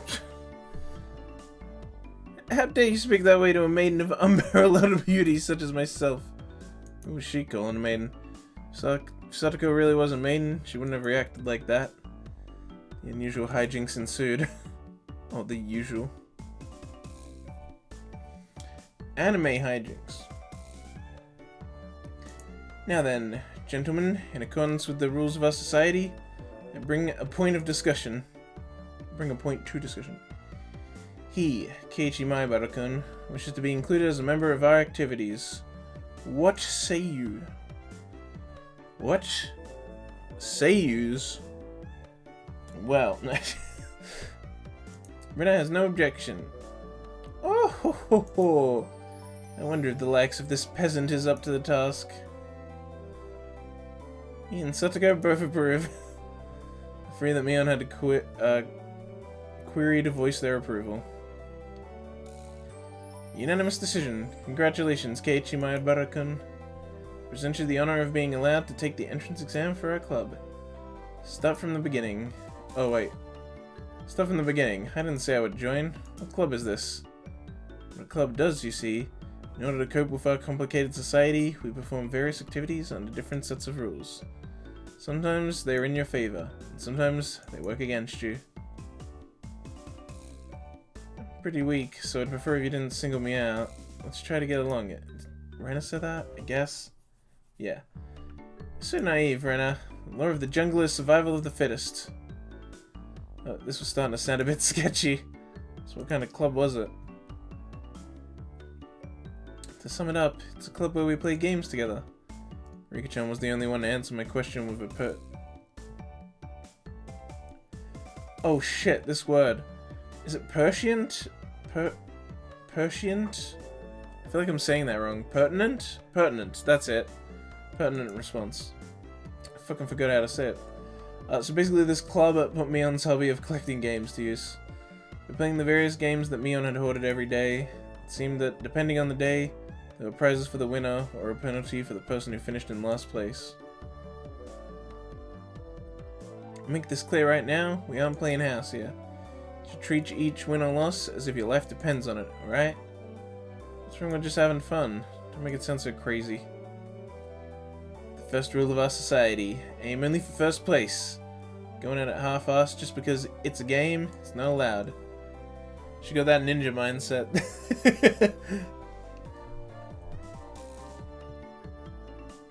Rule number 2 of our society. For that reason, you are obligated to make all possible efforts. The way Satoko said it, sounded like she was saying use any means necessary. Yeah, because her traps are allowed. Of course, I would do my best too. I'm pretty weak, but I'm trying my best. I know what they were trying to say. It's a game where everybody's aiming for the top. It's rather unsportsmanlike to play just for fun. Alright, then I too will go all out. With that, I was finally ready for the rite of initiation, my baptism into the club. Word of warning, Kei-chan. It can get pretty nasty. This initiation looks like it's gonna be rough. Mion began fishing around in the student lockers in the back of the room. They have the games here at school? Well, it's club equipment, so I guess that's fine. Complicated games will put Kei-chan at a disadvantage, so today we'll play a game that you should be familiar with. How about a standard card game, like Old Bachelor? Old Bachelor? Is that just a play on Old Maid? Or is Old Bachelor actually a game?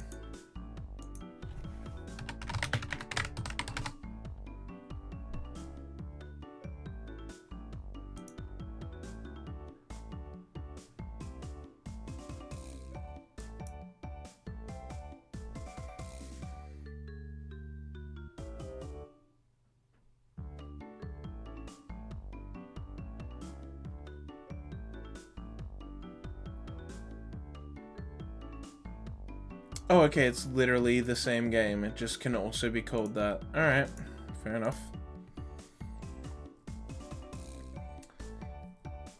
Can't really get into it unless there's a penalty. This time the loser will be sentenced to having their face drawn on. What do you think? Whoa, whoa. It might be oil-based paint, right? Right? Oil-based. Face painting with oil-based paint. This is perfect. Satoko cheered the idea on. She didn't even flinch at the thought of such a severe penalty. It seemed like she was raring to go. If it's gonna be like this, then I can't lose either. Then I'll just cut the deck and start dealing. It's pretty much the same as Old Maid. There's only one difference. There's no Joker. Oh! I see. So there is a slight difference. In its place, one card is pulled out at the start, meaning there will be one card without a match left over at the end. That's a weird way to do it. It's just basically making there be one less match overall, right? That's kind of weird. I feel like you should just... Oh, no, I see. That does actually make it interesting, actually. I think I like that more, actually, yeah, because with the Joker, you know that the Joker is the dead card. But if there's one card left out, you don't know if you... Like, you don't know which one is a match and which one isn't. So you don't know which card... Like, you don't know if you have the dead card, and you don't know, like, if you want to pass it on and stuff. That's actually good. You can't mind game it as hard.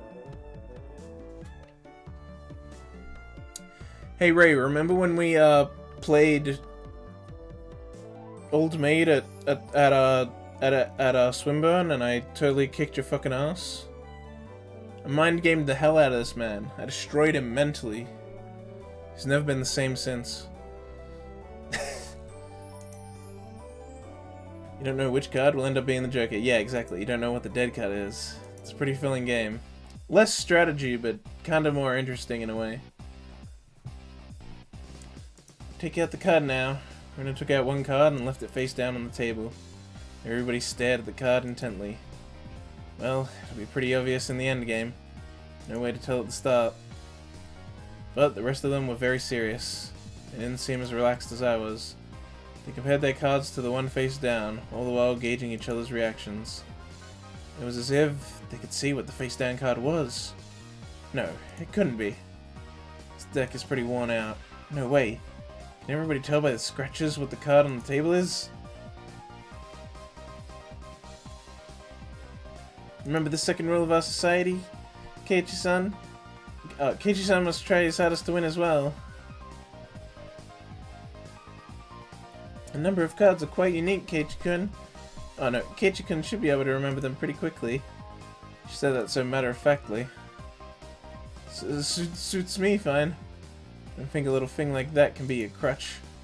I lashed out angrily, but it was rather obvious I was at a disadvantage.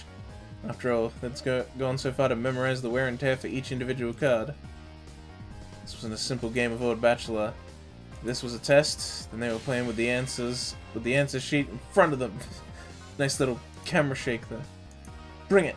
I'll take advantage of your carelessness and beat you at your own game. That baseless confidence would soon be crushed. But I told you your hand's starting from the right. 3, 4, 9, Jack, Queen. Whoa! By the way, the Bachelor is the Jack of Diamonds. Yeah. I can tell what they are even if you switch them around. I am out. I thought I was prepared, but for it to be this brutal, just overwhelming. Demons! You're all demons! Renna isn't a demon, are you? Sorry, Keiichi-kun. This is the Three of Hearts, isn't it? I'm out. What? Not even a hint of mercy. Renna. Even Rika-chan. These club activities weren't to be trifled with. An Illuminous? An Illuminous of this code would definitely survive in the cruelest of situations. Illumini? I don't know. If the entire class had self-detonated collars strapped to their necks and were dropped into a death match on a deserted island, these guys would probably take it like fish to water. I can already picture their joy as they hunt down each of their classmates. It's a lowest point system. The order itself dictates the points. Whoever has the lowest points, total wins. Can you guys hear that? That rain's really coming down.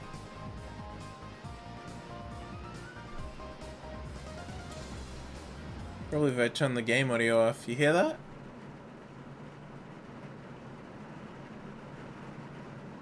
Man, that's really coming down. Holy shit. So loud, dude. Oh my god. It's pouring buckets out there. Oh my god, it's so loud. What the fuck? That's actually crazy. That's like the loudest it's been since I moved here. What the fuck?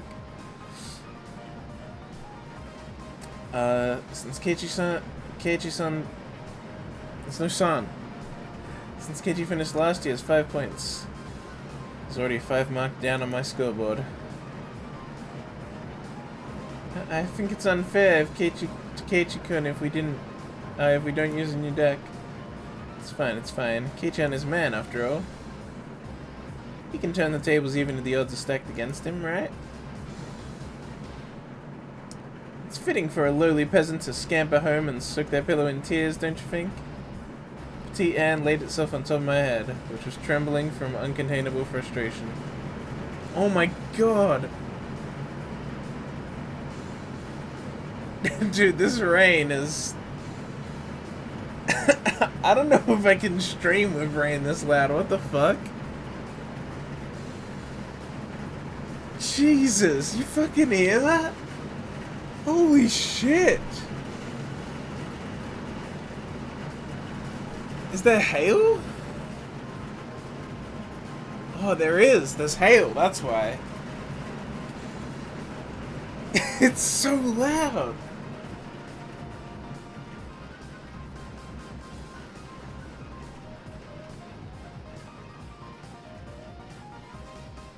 Oh.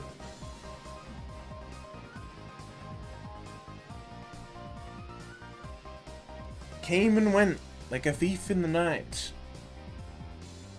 Stopped. Jesus. That came hard and fast. Fucking A. I need to go check on something, I think.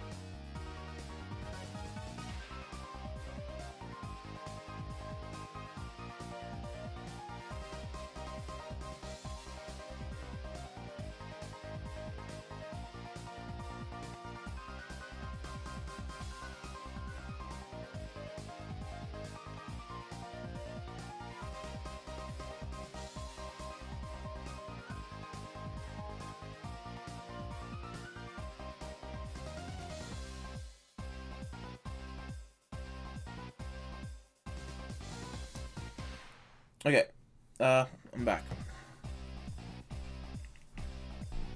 Everything's all good, except now it's cold again. It was Rika-chan's, right. Keep on fighting, yeah? Thanks to Rika-chan's words of encouragement, I was able to calm down. You need to be calm, especially when you're cornered. That's the power I could muster during this crisis. Oh, I need to get rid of that. There we go. Think clearly, Keiichi Maibara. Take your time and look at the cards carefully. It's just as Raina said, each card had its own distinct markings that made them stand out. Memorizing them should be pretty simple. Think about what you can do in this situation. Try everything in your power to improve your chances of victory. Whoa, great Keiichi-kun, just like that. I covered the uniquely marked cards with my hands, or other cards, arranging them in such a way that they couldn't be seen. The one with the ripped corner should be the 5, and I'm out. Couldn't let any of these precious hints slip by me. All information is a weapon. Oh, it's kind of hailing again, Jesus. Well, hopefully it's not too annoying. Let me know if it is. Then it was my turn. So I have to go fan dado cards for me. Oh my god!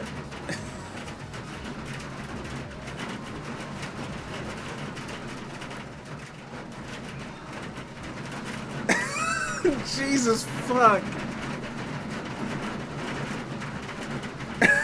Oh my god! Oh, it's coming in like hard and sideways, holy fuck.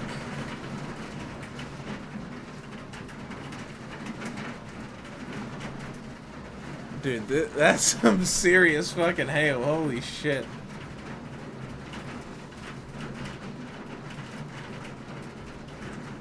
I think I might have to stop streaming just because it's gonna completely ruin my audio.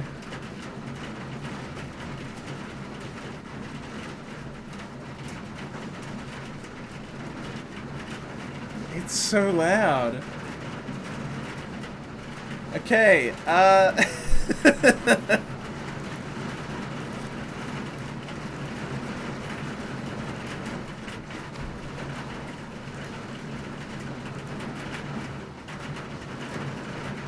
okay. Higurashi on a Haley day with ASMR? I don't know, do you guys like it? I'm worried it's like bad audio. If you like it, I guess I can just keep going. Oh, it's kind of dying down. I don't know what to do with this.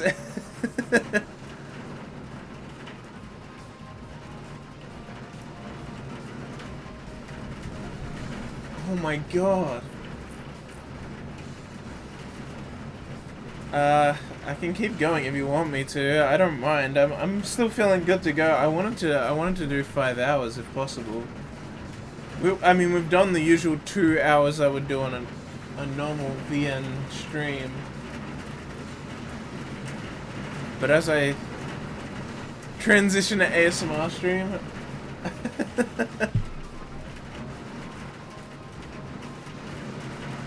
Oh my... It's so loud. I don't even think this could be ASMR. It's too loud. Although maybe the distance for the mic is making it better than it is for my ears. Who knows?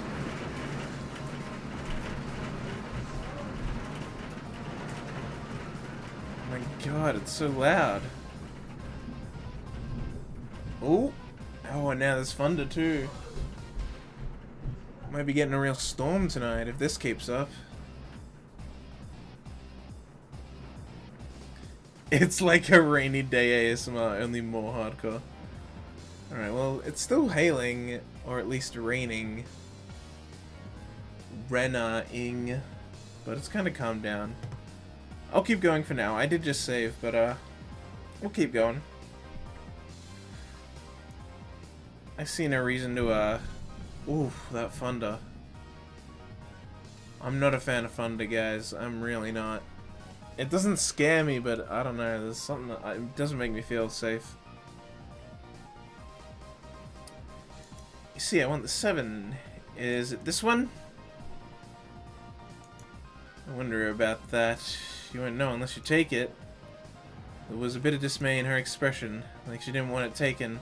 That kind of expression. I won't let that momentary lapse slip me by. I know. It's this one! Got it. 7 of spades. A cheer of ooh rang out. What is this? The 7 should be the hardest one of all to tell apart. It wasn't from memorizing the markings. Those slight changes in the expression as I was selecting a card were enough. How does everyone have the worst poker face in anime? In like oh no. Now my internet's wigging out. That's not good.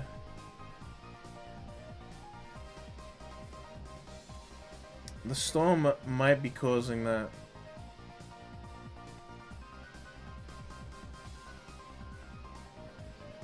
Ooh, yeah.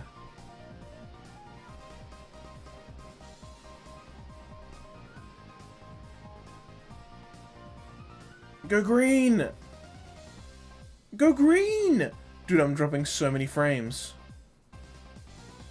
I know it doesn't matter for a VN, but you gotta get back to green, bro. I can't stream like this. Bro, my internet's destroyed. What the fuck? Bro. Bro, I'm dropping so many frames. Stop this, dude. I had dropped literally 0 before this.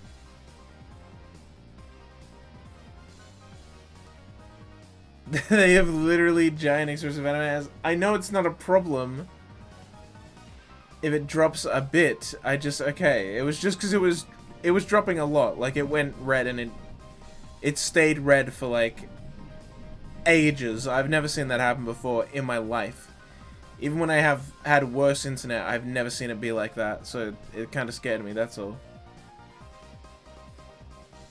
Okay, it's back to green. I was just worried that it was like gonna keep doing that, decline, and then cut out. So I was trying to tell. But it's going back to green now. We should be good, hopefully. Can't hand it from me, Kei-chan. This mark means it's 2 of diamonds. What? She was startled by her own misread. Of course, everyone else was too. Whoa. It's rare that Mi-chan gets a card wrong. No. Kei-chan. Could it be you? They told them apart by different marks. That mark was a nail scratch. So I put a new one on it. Are you saying you disguised it as the 2 of diamonds? What an impressive show of wit. Keiichi landed a clean hit. Pachi. That's great, Keiichi-kun. That was an incredible match, you know? Having defeated the Forerunner, Mion, my brilliant battle left me ecstatic. But by total points, it was already set in stone that Mion would win, and I would finish last. I laughed hoidily, selecting the tone of my voice carefully to get on Mion's nerves. Well, I'm gonna end up the loser, but I'm satisfied with one-upping Mion at the end. That should be the proverbial slap in the face to Mion, who was at the top already and ensured victory. Even if Kei-chan gets first place this round, he'll still end up in last place overall. Don't you hate that? Of course I do. Let's have a duel. 1 chance. If you win, then we'll swap first and last place. How about it? You up for it? She fell for it. A chance for an upset that wouldn't be possible without goading her into it. 1 chance, you say? Let me hear the rules.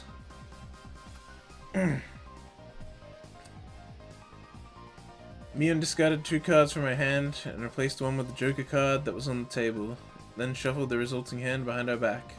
Wait, what? 2 cards from her hand. Oh, I see. Replaced one with the Joker. Shuffled. Okay, yep. The card in my right or the card in my left?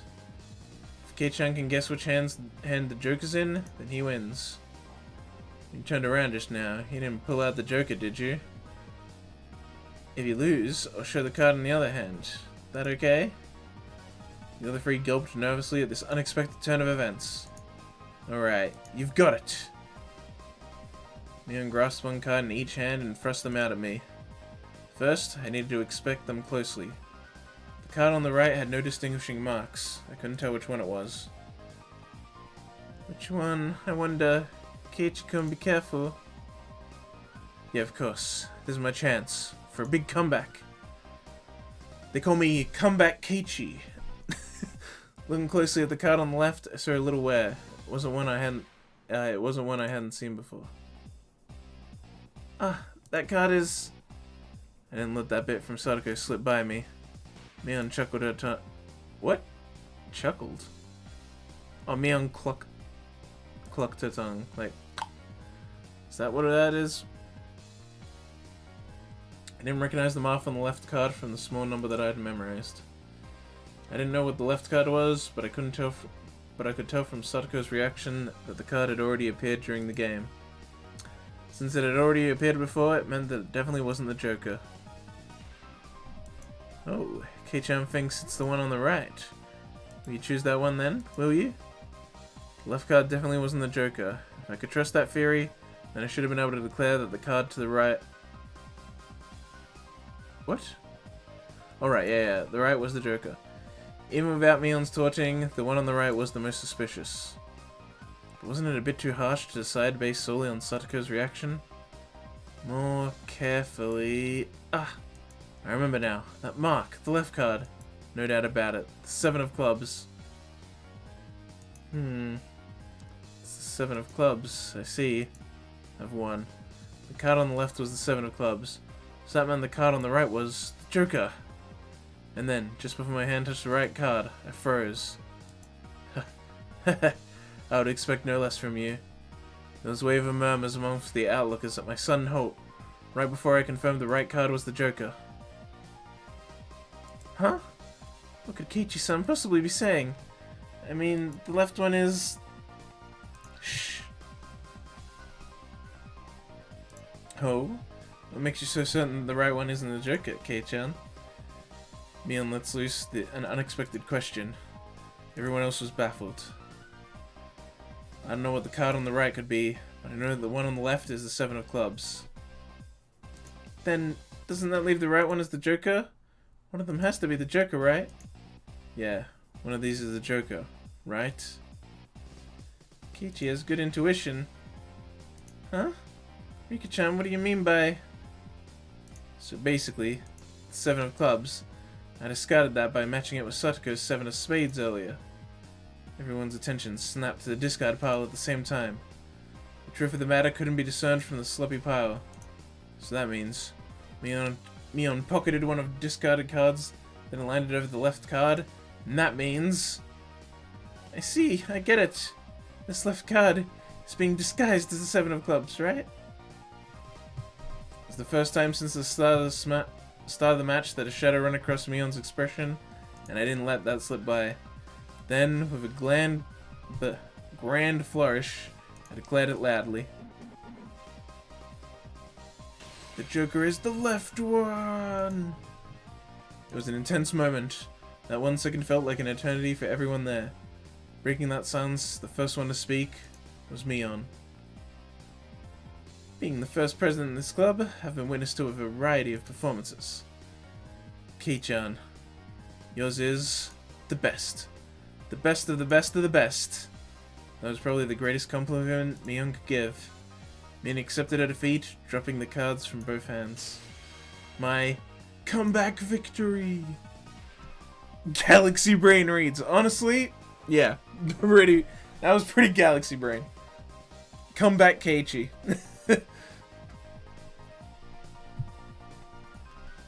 Rika-chan placed her hand on my head and began patting it, congratulating me on my victory. Huh? Rika-chan is... Reina and Satoko gaped at us, as if they had seen a ghost. What is it, Reina? It's not as if I cheated or anything, right? That was fair and square. Rika only pets someone on the head to console them. Huh? What's the meaning of... At that moment, Reina let out a small shriek. Keiichi-kun! This is how it was. You know, Kei-chan, I thought you'd read into it that far. Everyone froze. No, it was just me. It was a gamble. If you had just jumped to conclusions like a little brat, then I would have lost. It was the answer everyone was certain about. Mion picked up the card from the losing hand. Kei-chan, you know, you should take pride in this loss. She turned it around. That was the card that proclaimed the victor of the duel. The card under the 7 of clubs. Unbelievable. It was the 2 of diamonds. It was a setup behind the setup. If I'd just picked the right one without reading so deeply into it. Oh shit! She knew that KT would go into 5D chess mode. So she only went into 4D chess mode. I, Mion Sonozaki, as the club president, do accept Keiichi Mariba's membership into our club. As I slumped to my knees, dazed, everybody let out a round of applause for the excellent effort I gave, despite my defeat. Galaxy Brain bait. Honestly.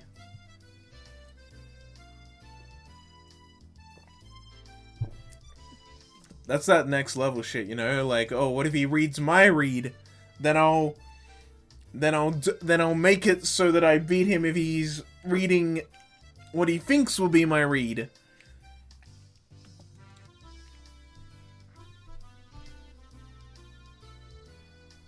Mion was playing 4D chess, and Keiichi was playing 5D chess, which means Mion was really... No. Mion was playing 6D chess, but made it look like she was playing 5D chess. So Keiichi played 5D, but then really she was playing 3D chess. I don't fucking know where I'm going. The rock, paper, scissors reads. The match is now over. Today's victor is me, Mion Sonozaki. And our exalted loser is Keiichi Mar... What the fuck is wrong with my voice? I like Keiichi Maibara. Everyone made a commotion, applauding cheerfully. I felt I was bested, but I was so soundly beaten that it unexpectedly felt rather refreshing. When Mi-chan pulled that little trick behind her back, I got excited, thinking, she's gonna do it again. When Oh, I see. So that's why, yeah. That's why Satsuko was surprised, because she was like, oh, you actually do just have the Joker in your other hand. I see.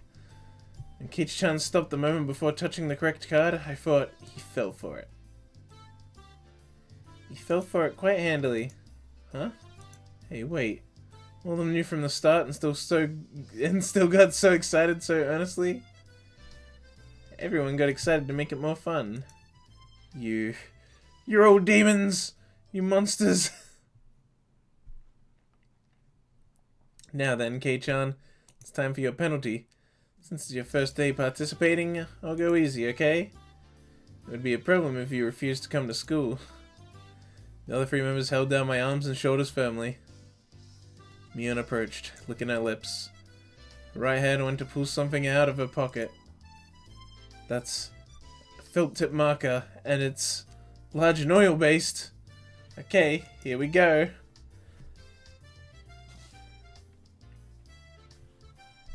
She took the cap off the marker and brought it slowly up to my face while I was immobilized. No. Not allowed to have dairy products!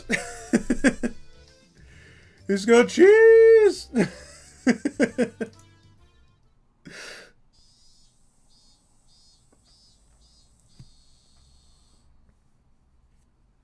God, that video is so fucking funny.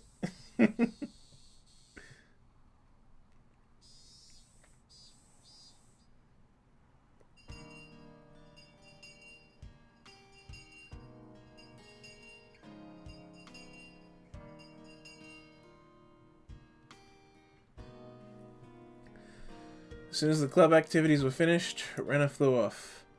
Probably so she could dig out that cute Colonel Sanders that she wasn't able to take home yesterday. So today it was just Mion and me walking home together. A rather rare occurrence. Man of treasure, huh? The The guys throwing it away probably never thought in their wildest dreams that Renner would be grateful to them. Man of treasure meaning that damn construction site from before. Oh right, Mion would probably tell me. That murder by dismemberment that seemed to have happened there. Over there, you know, at that damn construction site.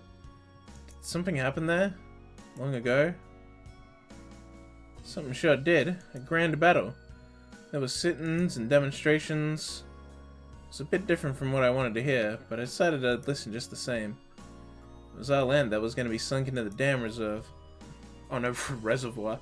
I would have thought as well, probably.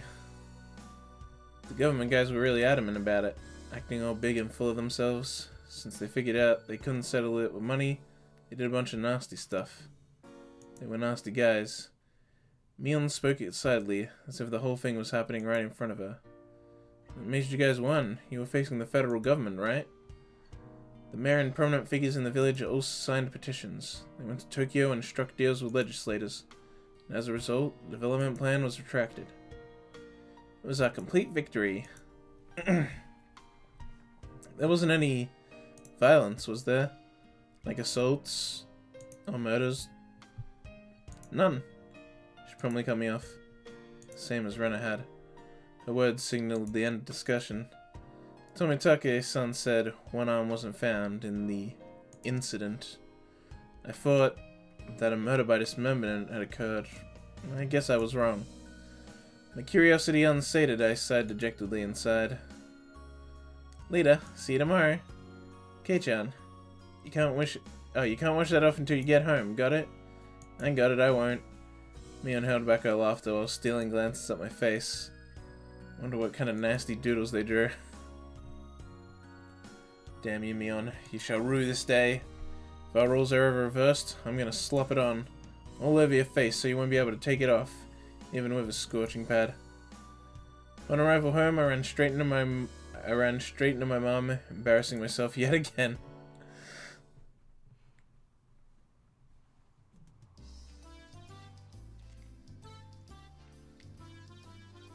The mood I'd come home to was already on edge. It's not an uncommon thing in our family. Whenever Dad can't come up with a good idea, it always ends up like this. He stumps around the house with his arms crossed. Mum whispered into my ear, "Welcome home, Keiichi. Dad, he's in a bit of a rut right now, so don't bother him, okay? He's got artist block. He can't come up with a new idea. It's because the deadlines are so close together this time.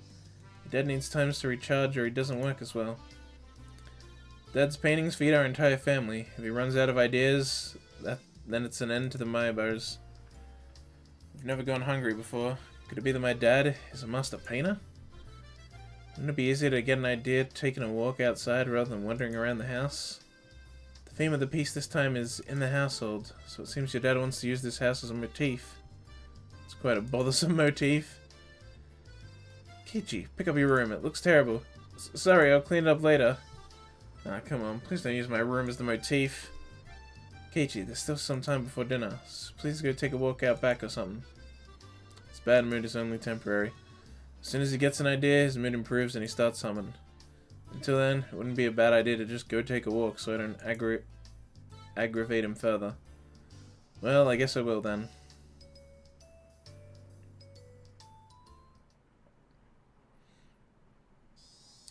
I said I was going to take a walk, but I didn't have any particular destination in mind.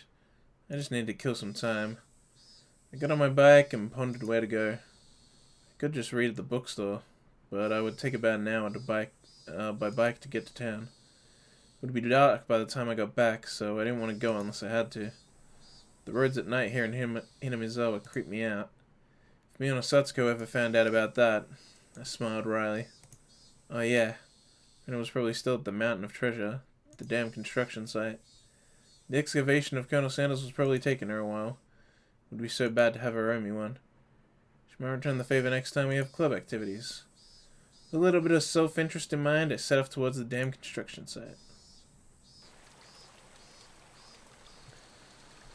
Tomitake-san might be there as well, the only person with information about the incident that both Rena and Mion denied knowing anything about. If I met him again, I'd like to ask for more details. To ask, was there really a dismemberment here in Hinamizawa? That was my real intention.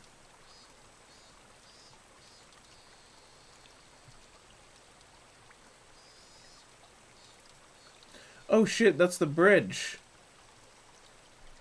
I just realized what that bridge was. That's the bridge. We'll see what you'll see what I mean eventually. I spotted Raina struggling on the slope of a garbage pile. Looked like Colonel Sanders was lodged in there pretty firmly. Didn't look like Raina would be able to excavate him by herself. The bridge, trademark. Realizing that Tomitaka-san wasn't around, I began climbing up the slope unsteadily. Hey Raina, looks like you're working up a sweat. Oh, Keiichi-kun. Brings you to a place like this. Place like this, huh? I see. She was aware of it, at least. Received a signal for emergency assistance at the accident site. Where's the injured party? Huh? Accident? Huh? But there was a report Colonel Sanders was buried alive in the trash pile. Huh? Oh, that. You scared me. Don't frighten me like that, Keiichi-kun. I was just kidding. Thought you might be struggling by yourself, so I came to help you out. Eh? You came for me? Oh. Well, I filled my quota for today. If I didn't see Raina blush at least once a day, then I'm not getting my daily required nutritional intake. Just kidding. You're embarrassing me now. So, what part was the joke? What part was it? I just ignored her bewilderment. Okay, now move out of the way. So where's Colonel Sanders? Ah, sorry. Can't you see him? In that gap. He's really buried in there. Oh no, Keiichi said that. Whatever. Colonel Sanders was sideways, surrounded by boards and other construction material. Like they were caging him inside. According to Raina, it wasn't like this yesterday. It seems as though another illegal dumper came yesterday, dumped again, now he's buried like this. Trying to move this pile all by yourself? Those scrawny arms. There's no way she would be able to do that with her slender arms. But Colonel Sanders, so cute! There's a chain on the Colonel Sanders at the store. This one though, I should be able to take this one home. If Raina gave up on this Colonel Sanders, she'll probably start devising a plan to steal the one in front of the store. As Raina's guardian, I won't allow her to sully her hands with crime. Yeah, you might be a bit too late for that. Out of the way, I'll do it. Raina blushed again, but this time I left her alone. The pile was enormous.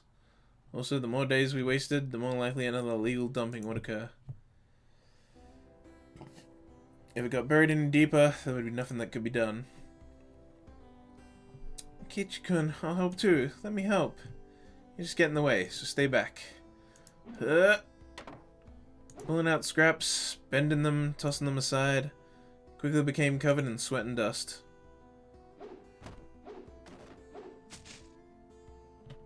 Flying objects drew beautiful arcs across the twilight sky, one after another. Lumber, timber, plywood. Damn it. No matter how much I threw out, there was still more. Even though I could see Colonel Sanders right there. After grandstanding like that in front of Raina, I felt frantic because of how little I had progressed. If I was going to do this seriously, I need an axe or saw or something. That's enough, Keiichi-kun. You're so sweaty. You don't have to try so hard. I'm just doing it for you, Raina. Don't worry about it. Raina began sputtering and turned beet red. Oh, whoops. I meant to say I was trying my best for her, so as to keep her from becoming a criminal. Oh well.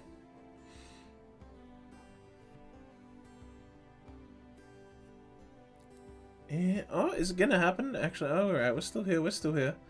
I guess I just need a break. This is pretty tough. I sprawled on my back over the grassy slope. I'm so sorry, you're covered in sweat. And I patted her handkerchief against my forehead. It felt pretty nice. Well, wait here a minute, okay? My house is pretty close. I'll bring you some barley tea, okay? Leaving the handkerchief on my forehead, Raina took off running. Keiichi has lifted 4 chairs at once. This is an 8-chair job, though. I mean, 8 chairs pretty high skill level. Because even at 4, they're, like, starting to, like, not stack properly, but But 5 is where it's like noticeable. Getting to 8's rough. I'd say 6 is probably the usual max, and 7's manageable. But eight's tough. Eight's high skill. 8's high skill level. The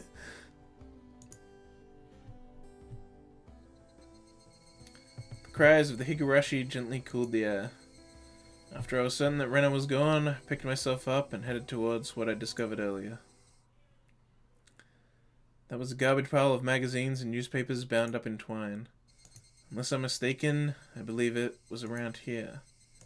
There it was. They were bound stacks of not-so-reputable tabloids. They were stacked chronologically, going back quite a few years. It's quite a disturbing incident. It seems they haven't been able to find one of the arms, you see. If it was just as Tomitake said, Tomitake-san said, then undoubtedly they would be mention of the murder. These are troubling times. There is no end to these sickening incidents. There's a large part of society drawn in by these incidents as well, so it had to be recorded somewhere. I unfastened the packages and opened the rain-soaked pages carefully, looking over the table of contents. Not here. Next one. Not here. Next one. It's hard to search since I didn't know when it happened.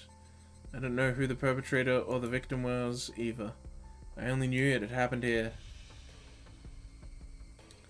I looked up every so often, checking to see if Reina had come back or not. I want her to see me gawking at a dirty magazine, but it wasn't just that.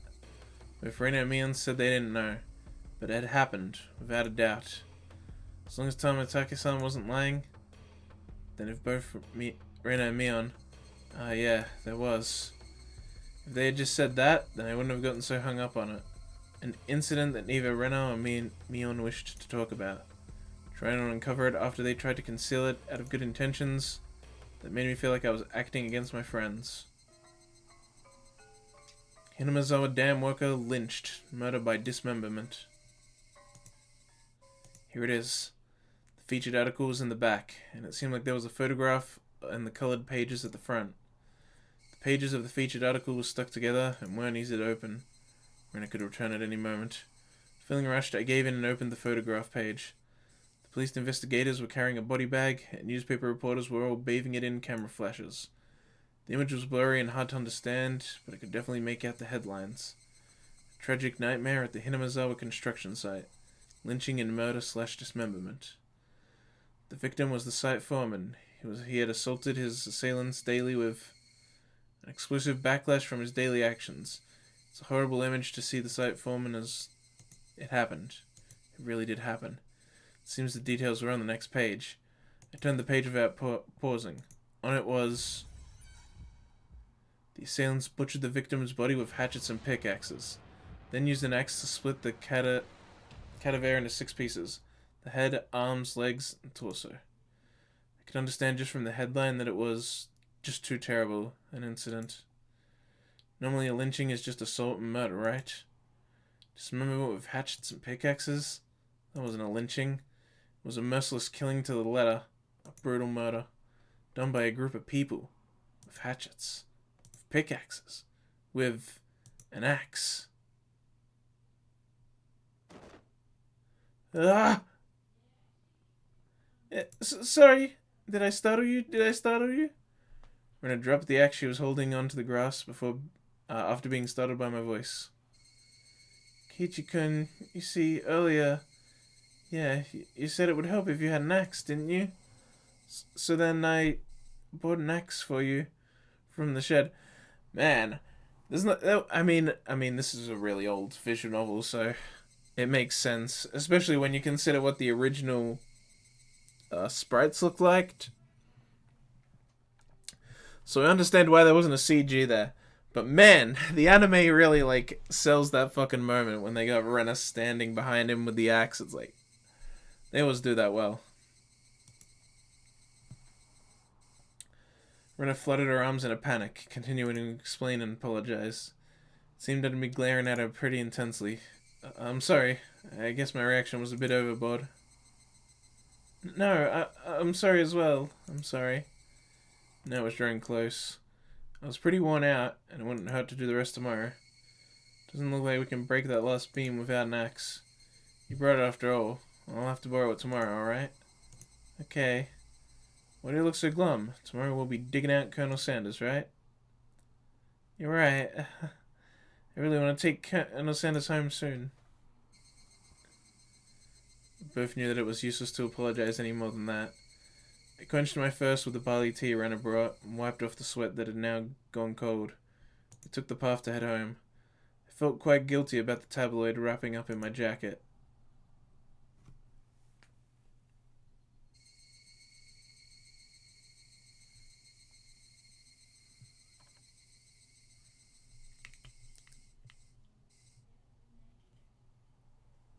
The paranoia begins.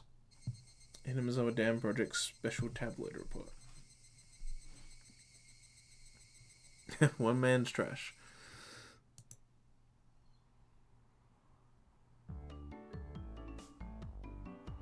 Back to the goofy high school hijinks. Beep beep beep beep beep beep beep beep beep beep beep. It's just such a fucking dichotomy. Oh.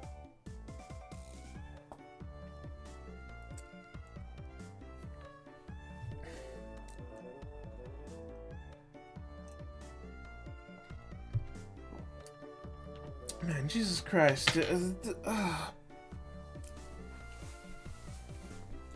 weather can't make up its fucking mind today. It's warming up again. I'm like feeling hot with the jumper on. Like after the hail started after a bit, it got like cold, so I put the jumper back on and now it's hot again, and I look outside and the sun is beaming down brightly. There's no like dark cloud in the sky. It's fucking bright and clear skies and heating up again. It's like, god damn. This day can't make up its mind. I went from almost ending stream because of how bad that storm was to like a warmer day. Jesus. What's going on here? Oh, man. Aiming for 5 hours is ambitious. I said I wanted to go ham in October, but I can feel my voice is like not able to handle this. Might have to call it here. Might have to like, we just got to an end scene, so it's not that bad.